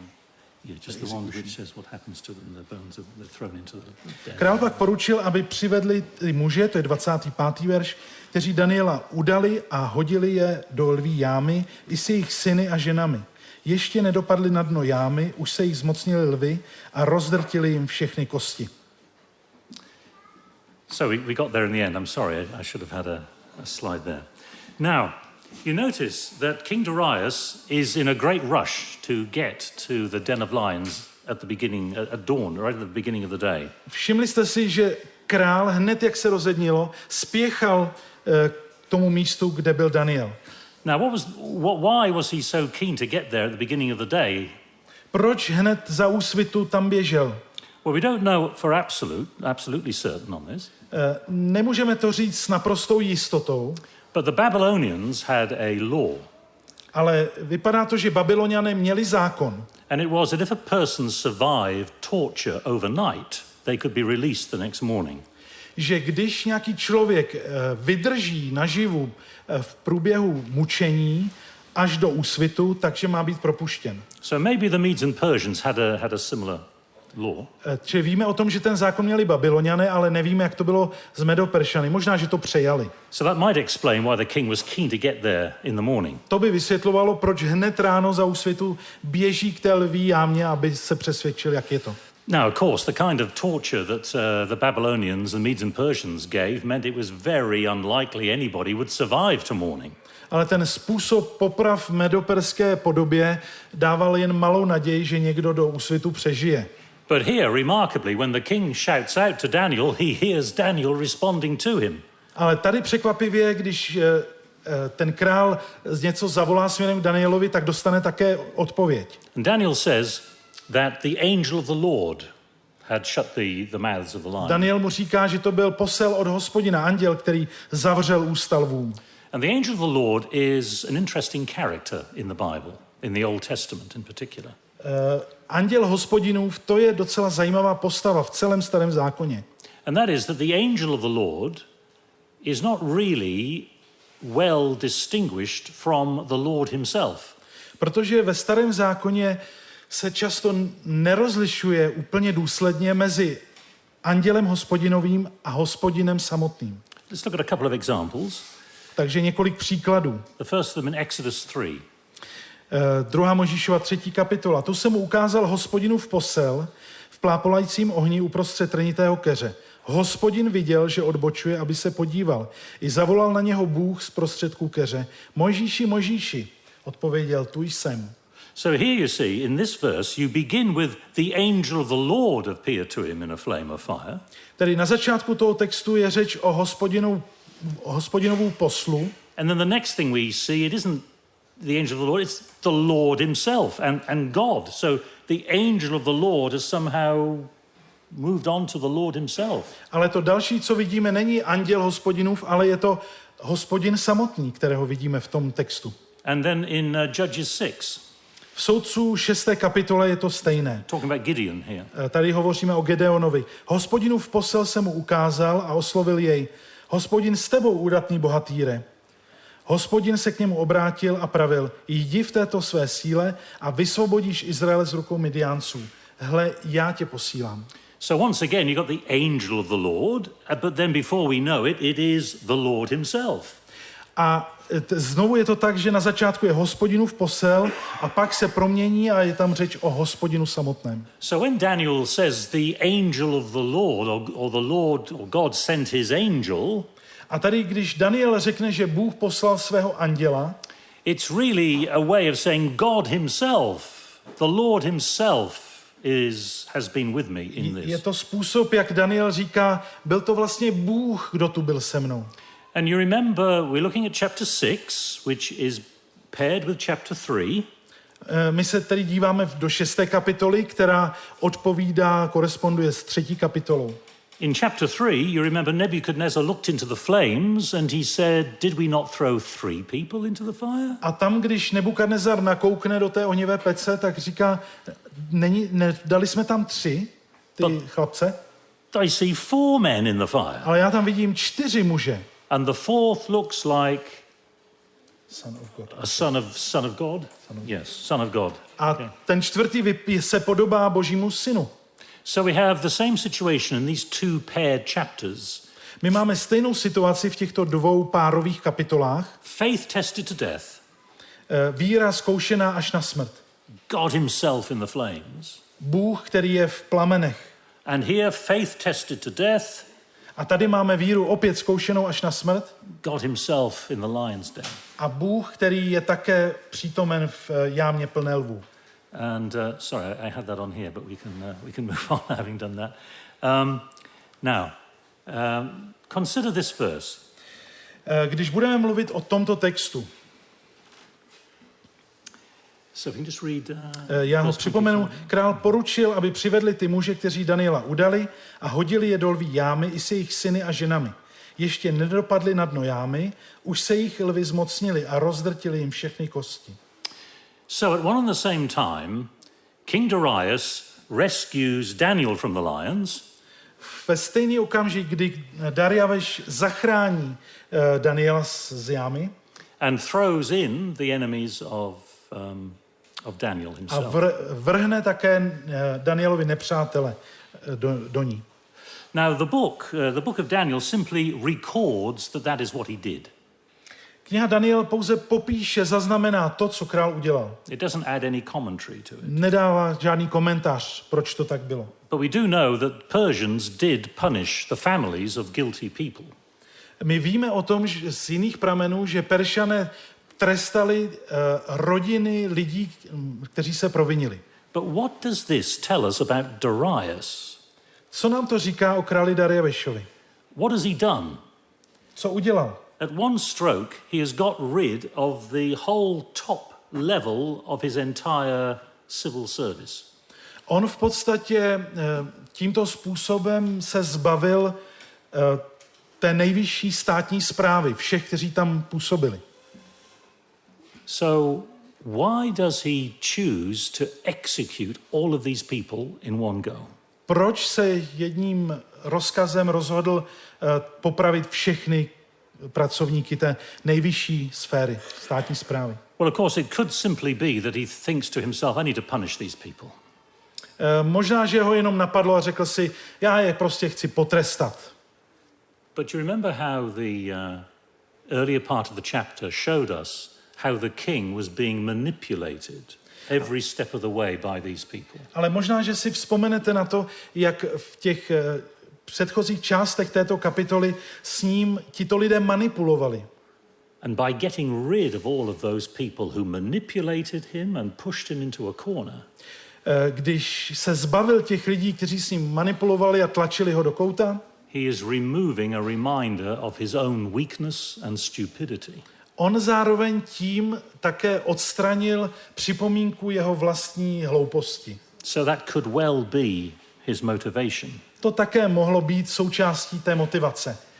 Now, as we come to the end of chapter 6 here, my se dostáváme do finiše, konce 6. kapitoly.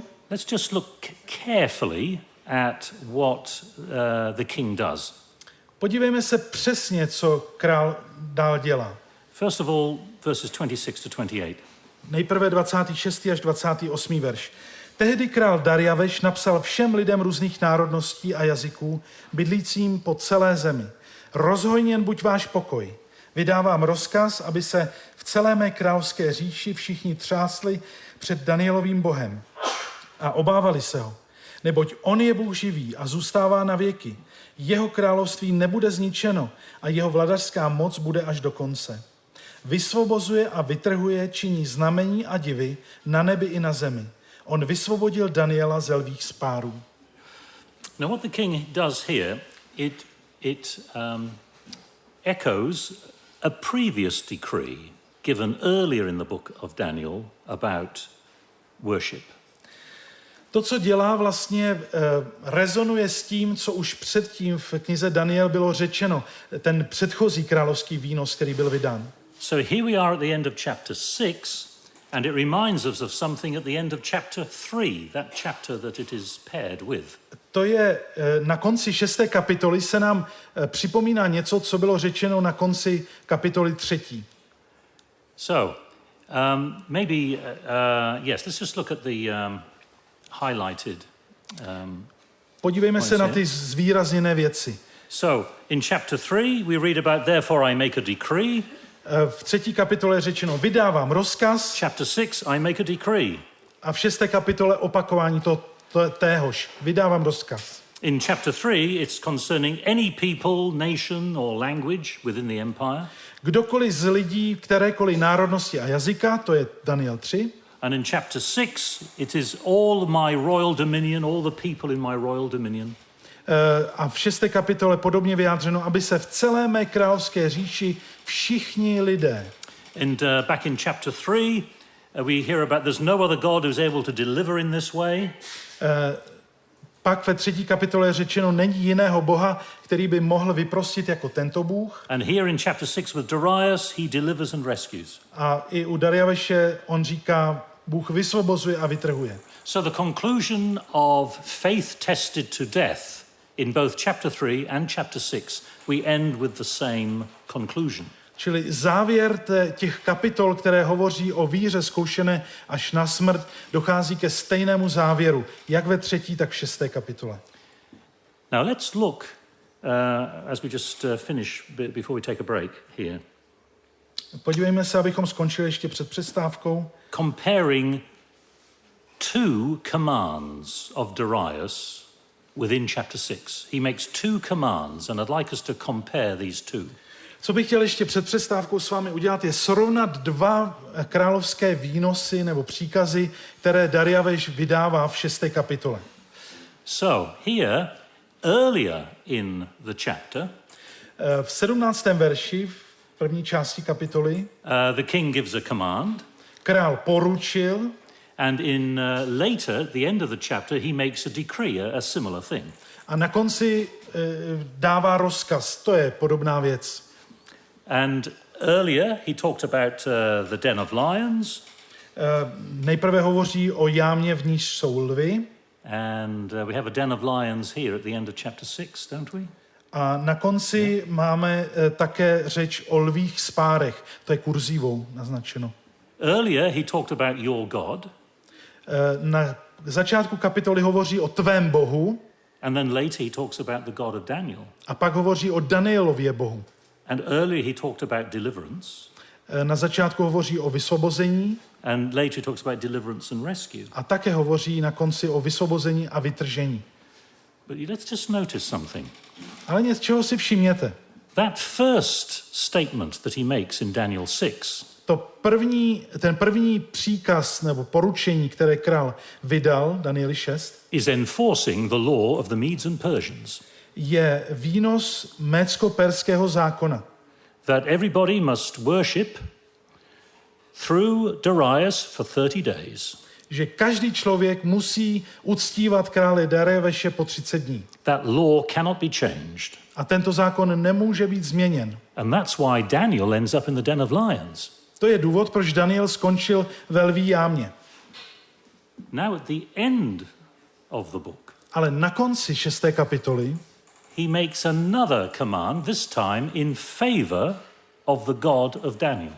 Dává rozkaz, který je tentokrát ale ve prospěch Hospodina Danielova Boha. So, the first command is because Daniel worships his God and that cannot be allowed. Ten první příkaz se týkal toho, že Daniel uctíval svého Boha a to nebylo povoleno. And the second command says what a wonderful God the God of Daniel is. A druhý rozkaz byl, jaký úžasný je ten Danielův Bůh. And that people should tremble and fear before that God. A lidé by se měli ho obávat a třást před ním. Now, we cannot be absolutely certain about the timeline of Daniel chapter 6. A teď, my si nemůžeme být úplně jistí tím časovým sledem kapitoly 6. But the law of the Medes and Persians that couldn't be changed, ale ten zákon medoperský, který nelze změnit, was in force for 30 days. Byl vydán na 30 dní.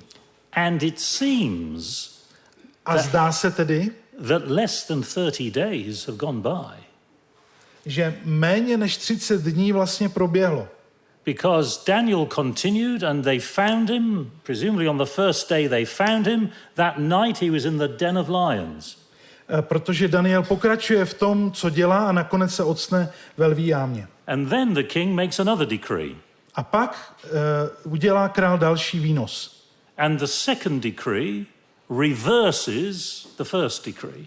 A ten druhý výnos vlastně obrací zpět to, co bylo řečeno v tom prvním. Now, if that is the case, kdyby to tak bylo, the king has changed the law of the Medes and Persians. Pak by to znamenalo, že král změnil medoperský zákon. We had two laws which could not be changed. Dva zákony. The law of God, zákon Boží, the law of the Medes and Persians. A medoperský zákon. But it seems that the law of the Medes and Persians can be changed. Ale zdá se tedy, že ten medoperský zákon nakonec mohl být změněn. If you really want to. Jestli opravdu chceš. That is, if that reconstruction is correct, pokud všechny tyhle myšlenky jsou v pořádku, it means that the king can change his principles. Pak to znamená, že král může změnit svůj výnos, své principy. But the follower of God never can. Ale následovníci Boha to nemohou udělat. Take a break. Potřebujete přestávku teď, abyste to strávili. We'll have time to discuss about chapter 6 when we come back. We've got another session, haven't we? Yeah, in the next hour. Takže ještě o té 6. kapitole budeme trošku mluvit, až se vrátíte z přestávky. Máte 10 minut, 11, 12. Budeme pokračovat.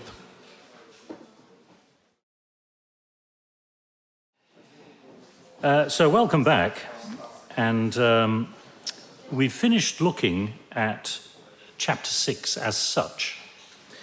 My jsme dokončili ten pohled na Daniel 6. kapitolu jako takovou. And that brings us to the end of this sort of survey of the first 6 chapters of Daniel, the chapters which are stories, narratives. A to nás přivádí ke konci té příběhové části knihy Daniel. So before we have a little bit of time for some discussion on the first 6 chapters, a než budeme diskutovat o těchto 6 kapitolách, I wanted to take a little time to underline the point I've been making, that the understanding that we have of the stories points the way towards an understanding of the prophecies that come later. Chtěl bych ještě jednou zdůraznit to, že naše pochopení příběhů z 6. kapitoly nám pomáhá také porozumět prorocké části knihy Daniel. So let's begin with a general look then at how one particular detail. Pojďme se podívat na jednu podrobnost. And we're looking at something in the first 6 chapters and how it anticipates what we find in chapters 7 to 12, in the prophetic chapters. Jak se ta drobnost objevuje v prvních 6 kapitolách a potom od 7. do 12. So let's have a look at the advancement of Daniel, how Daniel's career advances in the first 6 chapters. Zkusme se podívat na tu Danielovu kariéru, jak se postupně rozvíjí v 6 kapitolách. So in chapter 1, Daniel is a captive, first of all, and then he's a wise man in training. Je to v kapitole 1. je zajatcem a studentem babylonské moudrosti. So he's at the bottom of the ladder, as it were. Je vlastně dole na tom žebříčku společenském, je nízko. But he moves on quite rapidly to become the chief wise man in chapter 2. Ale v 2. kapitole rychle vystartuje a stává se nejvyšším správcem všech babylonských mudrců. This is after he's been able to interpret the king's dream. Bylo to poté, co dokázal vysvětlit Nebukadnezarův sen. Daniel isn't present in chapter 3, of course. V 3. kapitole Daniel není přítomen. So we come to chapter 4. A tak se tu přeskočíme a podíváme se do 4. kapitoly. And by the end of chapter 4, he is the king's personal advisor. On je ve 4. kapitole královým osobním rádcem. In chapter 5, V kapitole 5.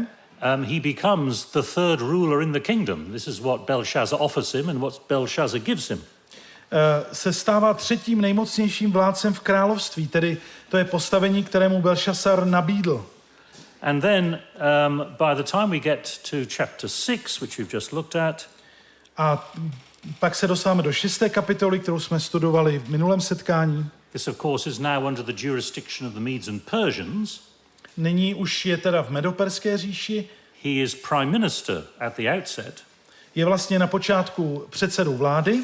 And the sole administrator by the time we get to the end of the chapter once his enemies have gone into the lion's den. A později na konci 6. kapitoly se stává jediným vládcem nebo správcem říše na konci této kapitoly. So as we follow the advancement of Daniel in those opening first 6 chapters, když jsme tedy takto prožili vzestup kariéry proroka Daniele, we see that he advances further and further. He gets more and more power as time goes on. díváme se, že stoupá na tom žebříčku moci stále výš a výš, má stále větší pravomoc. But there's an interesting dynamic in what happens here in these first 6 chapters. Ale je zajímavá dynamika spojená s těmito 6 kapitolami. As time goes on, jak jde čas, we find that Daniel is resisting political authority more and more. Jak jde čas, tak musí stále silněji odolávat politickému tlaku. But it's in the very resisting of the political authority of the empire. Ale když musí odolávat tomuto politické moci, that Daniel receives more political power. Ale když se tomu brání nebo bojuje proti té politické moci, tak ji na konci dostane vždycky o trochu víc. So Daniel does not end up being a person of tremendous importance in the empire. Takže Daniel nekončí jenom jako osoba, která má obrovský vliv v říši. Because he is a very ambitious person and he's working his way to the top by whatever means. Protože je ambiciózní a má ostré lokty a proklestil si tu cestu až na vrchol. On the contrary. Právě naopak. He refuses to conform to the political authorities. On se odmítá podvolit politickým autoritám. On things like eating the royal food in chapter 1. Tak třeba v 1. kapitole odmítá jíst jídlo z královského stolu. Or in refusing to discontinue his worship, as in chapter 6. V 6. kapitole odmítá přestat se modlit. So the more he resists political power, the more political power he receives. Čili čím více odporuje té politické moci, tím více politického vlivu má. So if we bear that in mind and we come now to Daniel 7, tohle si prosím vás podržte v hlavě a teď se dostaneme do Daniele 7. kapitoly. I'd like us to read these words and then I'll make a comment on them. Přečtěme si ten text 7:25 až 27. Bude mluvit proti nejvyššímu, bude hubit svaté nejvyššího, bude se snažit změnit doby a zákon. Svatí budou vydáni do jeho rukou až do času a časů a poloviny času. Avšak zasedne soud a vladařskou moc mu odejmou a bude úplně vyhlazen a zahuben. Království, vladařská moc a velikost všech království pod celým nebem budou dány lidu svatých nejvyššího. Jeho království bude království věčné a všechny vladařské moci ho budou uctívat a poslouchat. Now here, of course, we're in a prophetic chapter. Tady se dostáváme do kapitoly, která je věnována proroctvím. We're no longer talking about Daniel the individual. Už nehovoříme o Danielovi jako o jednotlivém člověku. Here we're talking about the people of God. Hovoříme o božím lidu. And the people of God here receive authority and power of the kingdom. Je to boží lid, který dostává autoritu a moc. So we can see then that Daniel's experience in the stories My vidíme, že to, co Daniel prožíval ve svých příbězích, anticipates the experience of the people of God in the prophecies. předjímá to, co prožije boží lid v prorocké části knihy Daniel. So, Daniel was persecuted for his principles, Daniel byl pronásledován, protože se držel svých principů, but he was raised to honor. ale přesto byl velmi poctěn. In just the same way in the prophecies, Stejně tak i v prorockých kapitolách the people of God, they will be persecuted for their principles, boží lid bude pronásledován, protože se bude držet principů, but they will be raised to honor. ale nakonec budou velmi poctěni. Daniel has prepared the way for them. Daniel je ten, který připravuje cestu, abychom si představili, jak to bude v budoucnu.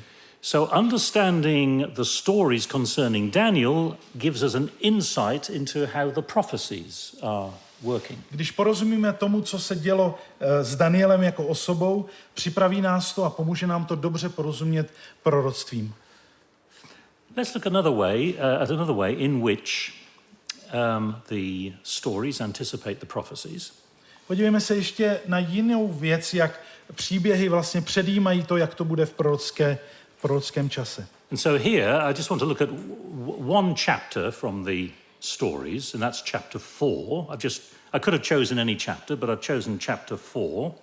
Tak například v Danieli 4. kapitole, ale mohli bychom vybrat jakoukoliv jinou. And see how that anticipates chapter 7, the prophetic chapter of the four beasts. Jsem vybral a budeme se dívat, jak tam ty události v Danieli 4. kapitole předjímají to, co se děje v Daniel 7. So, in Daniel 4, it is the king who has a dream. V Danieli 4 je to král, který má sen. And in chapter 7, it's Daniel who has this dream or vision. V Danieli 7 je to Daniel, kdo má vidění nebo sen. And we're told that both are troubled by the visions that they have. Víme z textu, že oba tito muži jsou znepokojeni tím, co vidí. And both of them are concerned either with the overthrow of a kingdom or a king. Jsou znepokojeni, protože vidí, že ta vidění se týkají pádu, jak království, tak krále. In chapter 4, it's a judgment on the king Nebuchadnezzar for his pride. 4 je to soud nad králem Nebukadnezarem a nad jeho pýchou.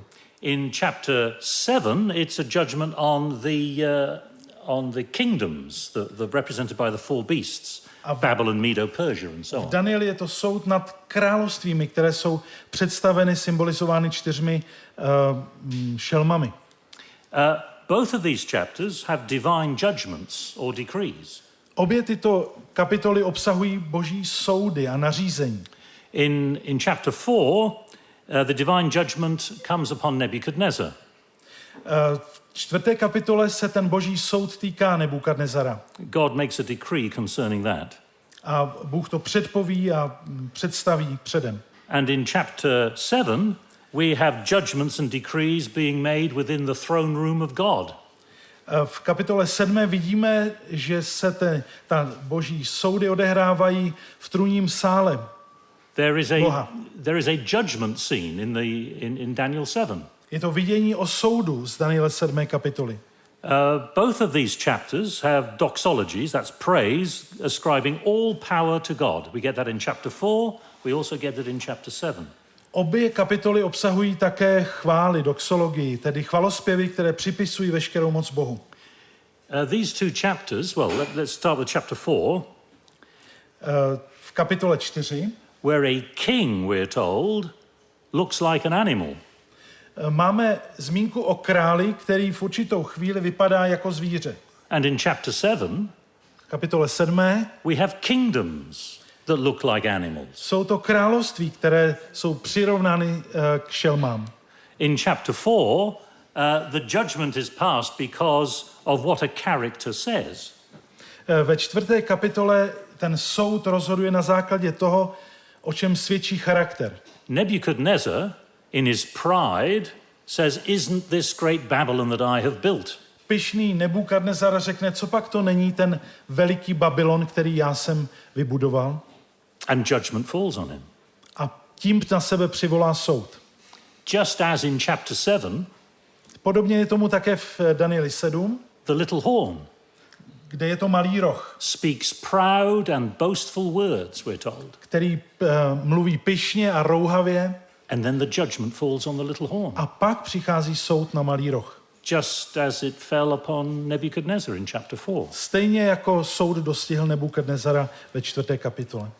And in chapter 4, Nebuchadnezzar's humiliation, we're told, lasts for 7 times. Ve 4. kapitole pokoření Nebukadnezara trvá 7 let, Whereas in chapter 7, zatímco v kapitole 7. the humiliation of the saints, the humiliation of the people of God, lasts for 3.5 times. Pokoření božího lidu trvá 3,5 roku. You remember the 3.5 times, 3.5 years of the prophecy in Daniel 7. 3,5 času. And there's an obvious connection between 7 and 3.5. A vidíte určitě ten vztah mezi 3,5 a 7. One is simply half of the other. To je půlka toho druhého. So, now we need to be careful, of course. Chapter 4 is not talking about the same things absolutely as chapter 7 is talking about. Ale musíme být opatrní, protože Daniel 4 nemluví o tom, o čem mluví Daniel 7. So ultimately they're talking about different realities, yes. Oni samozřejmě hovoří o různých skutečnostech. But understanding chapter 4 gives us insight into what's going on in chapter 7. Ale když dobře pochopíme kapitolu 4, dá nám to vhled do toho, co se odehrává v kapitole 7. So just as we see in chapter 4, then that is taken up to a new level in the prophecy in chapter 7. Takže to, co se odehrává ve Danieli 4, se dostane na novou úroveň v Danieli 7. Nový rozměr to dostane. So that's looking at some of the details between one chapter, that's Daniel 4, and Daniel 7. Teď jsme se tedy podívali na to, jak jedna kapitola předjímá to, co se odehrává v prorocké části v jiné kapitole. But let's just remind ourselves of some points we may already have mentioned. To nám připomíná už věci, o kterých jsme se zmínili.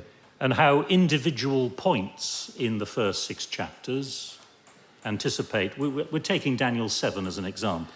Jak jednotlivé myšlenky z prvních 6 kapitol se odrazí v Danieli 7. So, in Daniel 2, if you go to Daniel 2, we read that God is in control over times and seasons. Takže teď to vezmeme jako celek těch prvních 6 kapitol. V Danieli 2 Bůh má pod kontrolou časy i doby. We're told that in verse 21. To je v 21. verši. In Daniel 7, we have a king, this is the little horn, who tries to change seasons and kings. A v Danieli 7 máme novou královskou moc, to je ten malý roh, který se snaží o získání kontroly nad časy a doby. So, it's God who rules the kingdoms of this world. Je to Bůh, který vládne nad královstvími tohoto světa. That is, it's God who is sovereign. Bůh je svrchovaný. But the little horn attempts to take over those powers Ale from malý roh God je in ten, chapter 7. který se snaží získat nebo dělat to, co dělá, co patří Bohu. V kapitole 7. And then if you look at chapter 3, když se podíváme do 3. kapitoly, all nations must bow before the statue of King Nebuchadnezzar. Všechny národy se klaní před sochou krále Nebukadnezara. In chapter 7, we're told, all nations bow before the Son of Man. V Danieli 7.14 je řečeno, že všechny národy se klaní před synem člověka. So the tensions and the conflict that we find in chapter 3 about bowing, they come at another level in the prophecies in chapter 7. To napětí, ten spor o to, komu se budete klanět, tak jak je to popsáno v Danieli 3, můžeme také najít v Danieli 7. We could look at, let's look at chapter 4 as well. I don't have that. What did I say there? The king is become an animal. Oh yes, okay, and the kingdoms are like that. Yes, we've already mentioned this point before, but we've... Tohle je bod o tom přirovnání krále nebo království ke zvířeti, o tom už jsme mluvili. So that's there just to go chapter 2, chapter 3, chapter 4, and then here we have Darius, who we talked about. Darius is given the kingdom, or Darius takes the kingdom. A pak přichází Daniel 6.1, kde Dariaveš obdržel nebo mu byla dána moc. And in Daniel 7, it is the saints. It talks about the saints being given or taking the kingdom. A v Danieli 7, 26, 27 se hovoří o tom, že svatým je dána moc. Both of these again illustrating the sovereignty of God. Obě ty myšlenky mají připomenout Boží svrchovanost. And then finally, in Daniel 6, in that final doxology of King Darius, a nakonec Danieli 6. kapitole v té chvále na konci kapitoly we're told that God's dominion has no end. Král Dariaveš říká, Boží vláda je bez konce. But in Daniel 7, verse 26, we're told quite explicitly that the little horn's dominion comes to an end. Ale u Daniele 7.26 je řečeno velmi jasně a konkrétně, že vláda malého rohu skončí. So God's dominion is eternal. The little horn's dominion is just for a period of time. Čili Boží vláda tu bude stále, je bez konce, zatímco vláda malého rohu bude mít svůj konec. That is to say, many of the essential points made by the prophecies have already been made by the stories. Mnoho důležitých bodů, které se objevují v proroctvích, mají svůj otisk už v té příběhové části. So instead of just comparing one prophecy with another prophecy, tedy místo toho, abychom jenom porovnávali jedno proroctví s druhým proroctvím, we would enrich our reading if we were to say, how can we compare this prophecy with one of the preceding stories? Bychom se měli ptát, jak můžeme porovnat to, co čteme v tomto proroctví, s tím, co se odehrálo v Danielových příbězích. After all, God gave us the book of Daniel with 12 chapters. A mimochodem, Danielova kniha má 12 kapitol, tak nám to Bůh předal. They all belong together. Všechny ty kapitoly patří k sobě. So finally, let's look at this statement in Daniel 7, 26 to 27. A teď se dostáváme do Daniele 7. kapitoly 26. 27. verš. Zasedne soud a vladařskou moc mu odejmou a bude úplně vyhlazen a zahuben.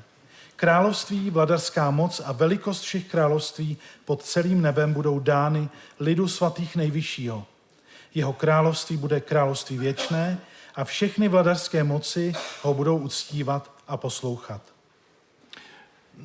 Now you notice what is said here. Všimněte si, co je tu řečeno.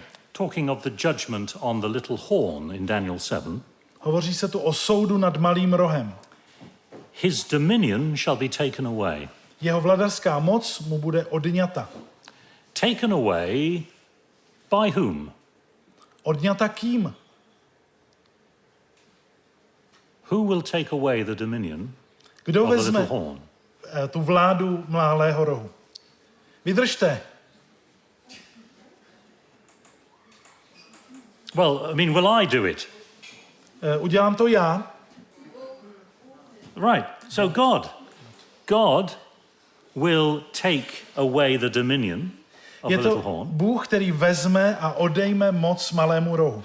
And then the kingship and dominion of the greatness of the kingdoms under the whole heaven shall be given to the saints. Shall be given to the saints. Království, vladařská moc a velikost všech království pod celým nebem budou dány lidu. Given by whom? Kým budou dány? By God. God takes and God gives Bůh bere a dává, because it is the Most High Protože on je nejvyšší. Who rules the kingdoms of this world. A on vládne královstvím světa. And gives them to whomever he wills. A dává království vládu těm, komu chce. So this is a profound statement that we find in the prophecy of Daniel 7. Tohle je velmi hluboký text, který najdeme v proroctví knihy Daniel 7. But if we have read the first 6 chapters of Daniel carefully, ale pokud jste pozorně četli prvních 6 kapitol Daniele, and we come to Daniel 7, a teď přicházíme do 7. kapitoly, I think we could say, well, that's exactly what I would expect. Můžeme říct, no to je přesně to, co bych očekával, že tam bude. Exactly what I would expect, having read chapters 1 to 6. A očekával bych to proto, že už jsem přečetl prvních 6 kapitol Daniele. So, now we've got a little opportunity. Yes, we have time. Tak, teď budete mít příležitost to discuss in broad measure some of the things we've been looking at. So I have prodiskutovat některé věci, na které jsme se dívali. I've got a couple of questions here for you. Mám pro vás 2 otázky. Can you just read that for me? První. Jaké je hlavní poselství, které si odnášíš ze studia Daniele 1. až 6. kapitoly? To je první otázka. A druhá. Jaký význam toto poselství má pro tvůj duchovní život a pro život sboru nebo církve? Okay. So just to stir up your spirit. Zkuste trochu zakvrdlat se svou hlavou. 2 or 3 minutes talking. A 2-3 minutky diskutujte a odpovídejte na tyhle 2 otázky. Not just contemplating the roof of the tent. Nejenom, že budete počítat, kolik much je na střeše stanu, but discussing it with the person sitting next to you. Zkuste se obrátit k sobě po dvojicích a prodiskutovávat to. And then when you've done that, we'll take time to get some feedback from you. So you can choose either one of these questions, whichever seems more appropriate. Nemusíte odpovídat na obě, vyberte si tu, která je vám bližší a na to téma mluvte a pak budeme mít zpětnou vazbu ještě.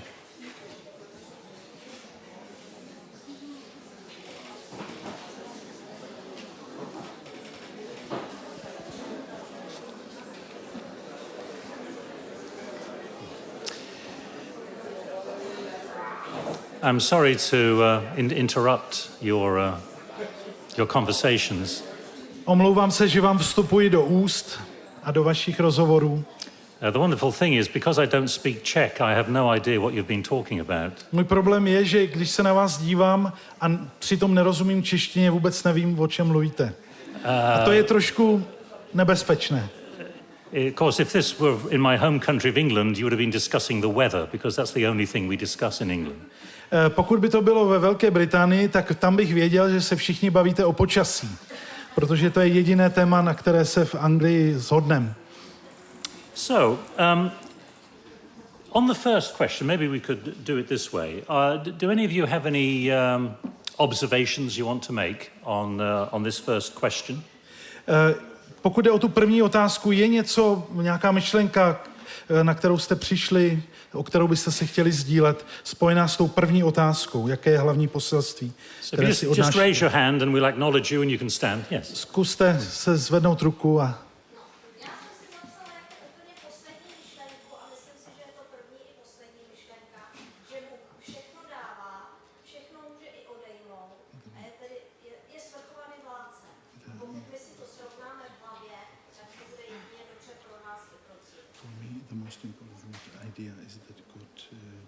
gives everything, God is sovereign, and if we will understand it correctly, it can help us in our faith.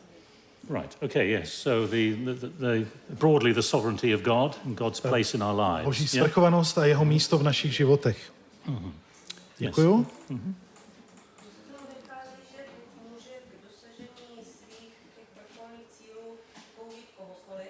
God can use everybody to fulfill his stačí třeba jednotlivec a pak si použije pohanského krále a vlastně ho dovede k tomu, aby šířil jeho slávu jeho jméno. And even this pagan king also reveals God's glory.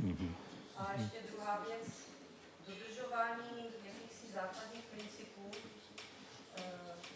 se vyplácí. Nebo je dobře, když máme nějaké základní věci, které dodržíme za jakýchkoliv okolností, za jakýchkoliv podmínek. The second thought is that it is good if we have some principles which we stand for no matter what circumstances are. Yes, so one of the reasons I think the Bible has so many stories Jeden z důvodů, proč v Bibli najdeme tolik příběhů, is because for a story you need people, you need characters. je, že v příbězích potřebujete skutečné lidi, povahy. And God works in this world through people, through characters. Bůh je ten, který používá lidi a působí tak ve světě. And the second point about the principles that we live by, A druhá poznámka k těm principům, o kterých tu byla řeč. by and large, that is how God is made known in this world. To je způsob, jak je Bůh znám ve světě. It's through people who apply the principles of the gospel in their lives and live them out. Jsou to lidé, kteří uplatňují boží principy ve svém životě. Okay, thank you. Dobře? Any? Yeah? Já bych k těm příběhům chtěla říct si tolik, že na pozadí těchto příběhů v knize Daniele mi vynikl ten jedinečný obraz našeho Hospodina, jaký ten Bůh skutečně je, jak se snažil pomoci jak těm králům samotným a jak se snažil pomoci i těm židovským mladencům a jak si získají nakonec i tu boží přízeň za tu jejich, že byli věrní. So on the basis of stories recorded in Daniel, it shows me that how God's character are, that they were able to win God's favor and God's protection in the stories which we can read. Já jsem to trošku zkrátil, jestli ti nevadí. Yes, so obviously in this story, these Jewish characters, as we would put it, have a relationship with God. Pokud jde o povahy nebo postavy v těch příbězích, jsou to lidé, kteří mají svůj vztah s Bohem. And one of the very interesting studies that can be done is simply to study the prayers in the book of Daniel. Jeden ze zajímavých způsobů, jak studovat knihu Daniel, je všimnout si a studovat modlitby, které tam najdeme, jednotlivých lidí. And it shows that these characters have a deep spirituality. Protože pak objevíme, jak hluboký vztah s Bohem lidé, kteří se modlí v knize Daniel, mají. Okay, thank you. Děkuju. Ještě napadá jedna myšlenka, že my v životě máme své plány a nějaké cíle, buď ve svém životě nebo v We have církvi. our plans in our lives, Ale ve finále to bude tak, jak to chtěl Pán Bůh. but finally the situations comes out as God's according God's will. Tak když teda každý máme své plány, to je jasný, ale musíme tam nechat prostor pro to, aby Pán Bůh mohl ty plány prostě změnit. So we have our plans, but we have to leave some space for the God to do it His way. Yes. Being willing to be surprised by God. Být ochoten se nechat Bohem překvapit, That is a very good virtue to cultivate, I think. to je velká věc, kterou bychom se měli stále učit. Because sometimes I think we can be so sure about everything we believe that we're so narrowly fixed on that, Protože někdy si můžeme mít tak přesně jistí tím, jak Bůh bude jednat, že budeme mít velice zúžený pohled na věci. that we are too busy to be surprised by God. Že budeme nakonec tak zaměstnaní, že si ani nevšimneme toho, jak nás Bůh by mohl překvapit. In fact, if I had my way, Kdyby to bylo po mém, and of course I don't, a samozřejmě to tak není, we have 28 fundamental beliefs. We, as a church, we have 28 máme fundamental beliefs. 28 věroučných bodů. And I would add a 29th fundamental belief, Já bych si tam dovolil, kdyby bylo po mém, doplnit ještě 29. and that is the unpredictability of God. A ten bod by byl jeho obsahem by byla nepředvídatelnost Božího jednání. By which I mean God's desire to take us by surprise. Protože, a to by bylo o tom, že Bůh touží někdy ty věci udělat s momentem překvapení.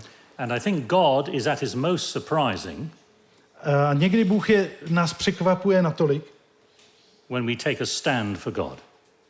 Někdy nás Bůh překvapuje nejvíc tehdy, když se za něj postavíme. I think that's where he's most surprising in our lives. To je věc, která nás velmi překvapí často. Yes, one here and then we take one here. Mm-hmm. Mně se na tom líbí ten fakt, že i v tom nepřátelském prostředí té pohanské říše, modloslužební, dokázali ze sebe vydat to nejlepší, co měli. Aniž by se stali kolaboranty nebo partizány. I like the idea that in spite of the enemies in the world and the enemy around them in the Babylonian Empire, they were able... Navzdory tomu nepřátelství byli, co? Že na jednu stranu se mohli stát kolaboranty, They could be collaborate with the government, na druhou stranu partizány. or partisans who fight against the government. But they did not do either. Mm-hmm. Right. So they're people who are governed by principle and they know Byli to tedy lidé, kteří se rozhodovali na základě principů and they know what those principles will allow them to do and what it will not allow them to do. a věděli, co ten Yeah. princip jim dovolí a co naopak ne. But they are able to be truly faithful and yet truly useful in the empire. Oni byli plně nebo skutečně věrní a přitom stále použitelní v té říši. Myslím, že jsme toto řešili tady v rámci třeba komunistické éry. So it was a question during communist regime in the past in our country, how to do that. Yes. Well, I think if that was a question, maybe Daniel might have helped you. I don't know. Asi by Daniel vám mohl tehdy pomoci, když se to řešilo se svým příběhem. But I recognize that people who live through that kind of situation can maybe read Daniel in different ways than somebody like myself who hasn't had that experience. A uvědomil jsem si, že lidé, kteří prožili takovou zkušenost jako vy tady, tito lidé čtou Daniele trochu jinýma očima, než my, kteří jsme ničím takovým neprošli. There was okay, and then Martine? the lady behind Lady, him. I think. yeah. Yeah. Možná moje poznámka bude potřeba opravit, ale mám za to, že my čteme poselství o Babylonu z pohledu Nového zákona tou optikou, že Bůh nad Babylonem už zlomil hůl. Probably you can correct me, but it seems to me that we read about Babylon from the New Testament point of view, that the Babylon is something evil and God has broken his rod Yes. above him. Pak máme pokušení povyšovat se nad kýmkoliv nebo jakoukoliv denominací, která nezapadá do toho přesného konceptu postatku. So we have to tendency to make ourselves higher in comparison with other denominations which are part of the Babylon. Yes. Okay. Máme za to, že pokud Pán Bůh tady na této zemi může něco dobrého vykonat, tak už jenom skrze ty věrné postavy. And if the God can do something good for the rest of the humanity, it could be done only through the good ones. Ale na pozadí knihy Daniel vidíme, jak moc je Pán Bůh, jak moc investuje i do toho Babylonu a spolupracuje s něčím, co bychom odmítli. But to read Daniel through Old Testament eyes means that God is investing his effort even to Babylon and Babylon way of life. Yes, I think that's a good point to make. Výborná poznámka, Martine. Because it's clear within the book of Daniel that if God is sovereign, then he is working with and through Babylon. Protože když čteme knihu Daniel, zjišťujeme, že Bůh je ochoten pracovat i skrze Babyloniany.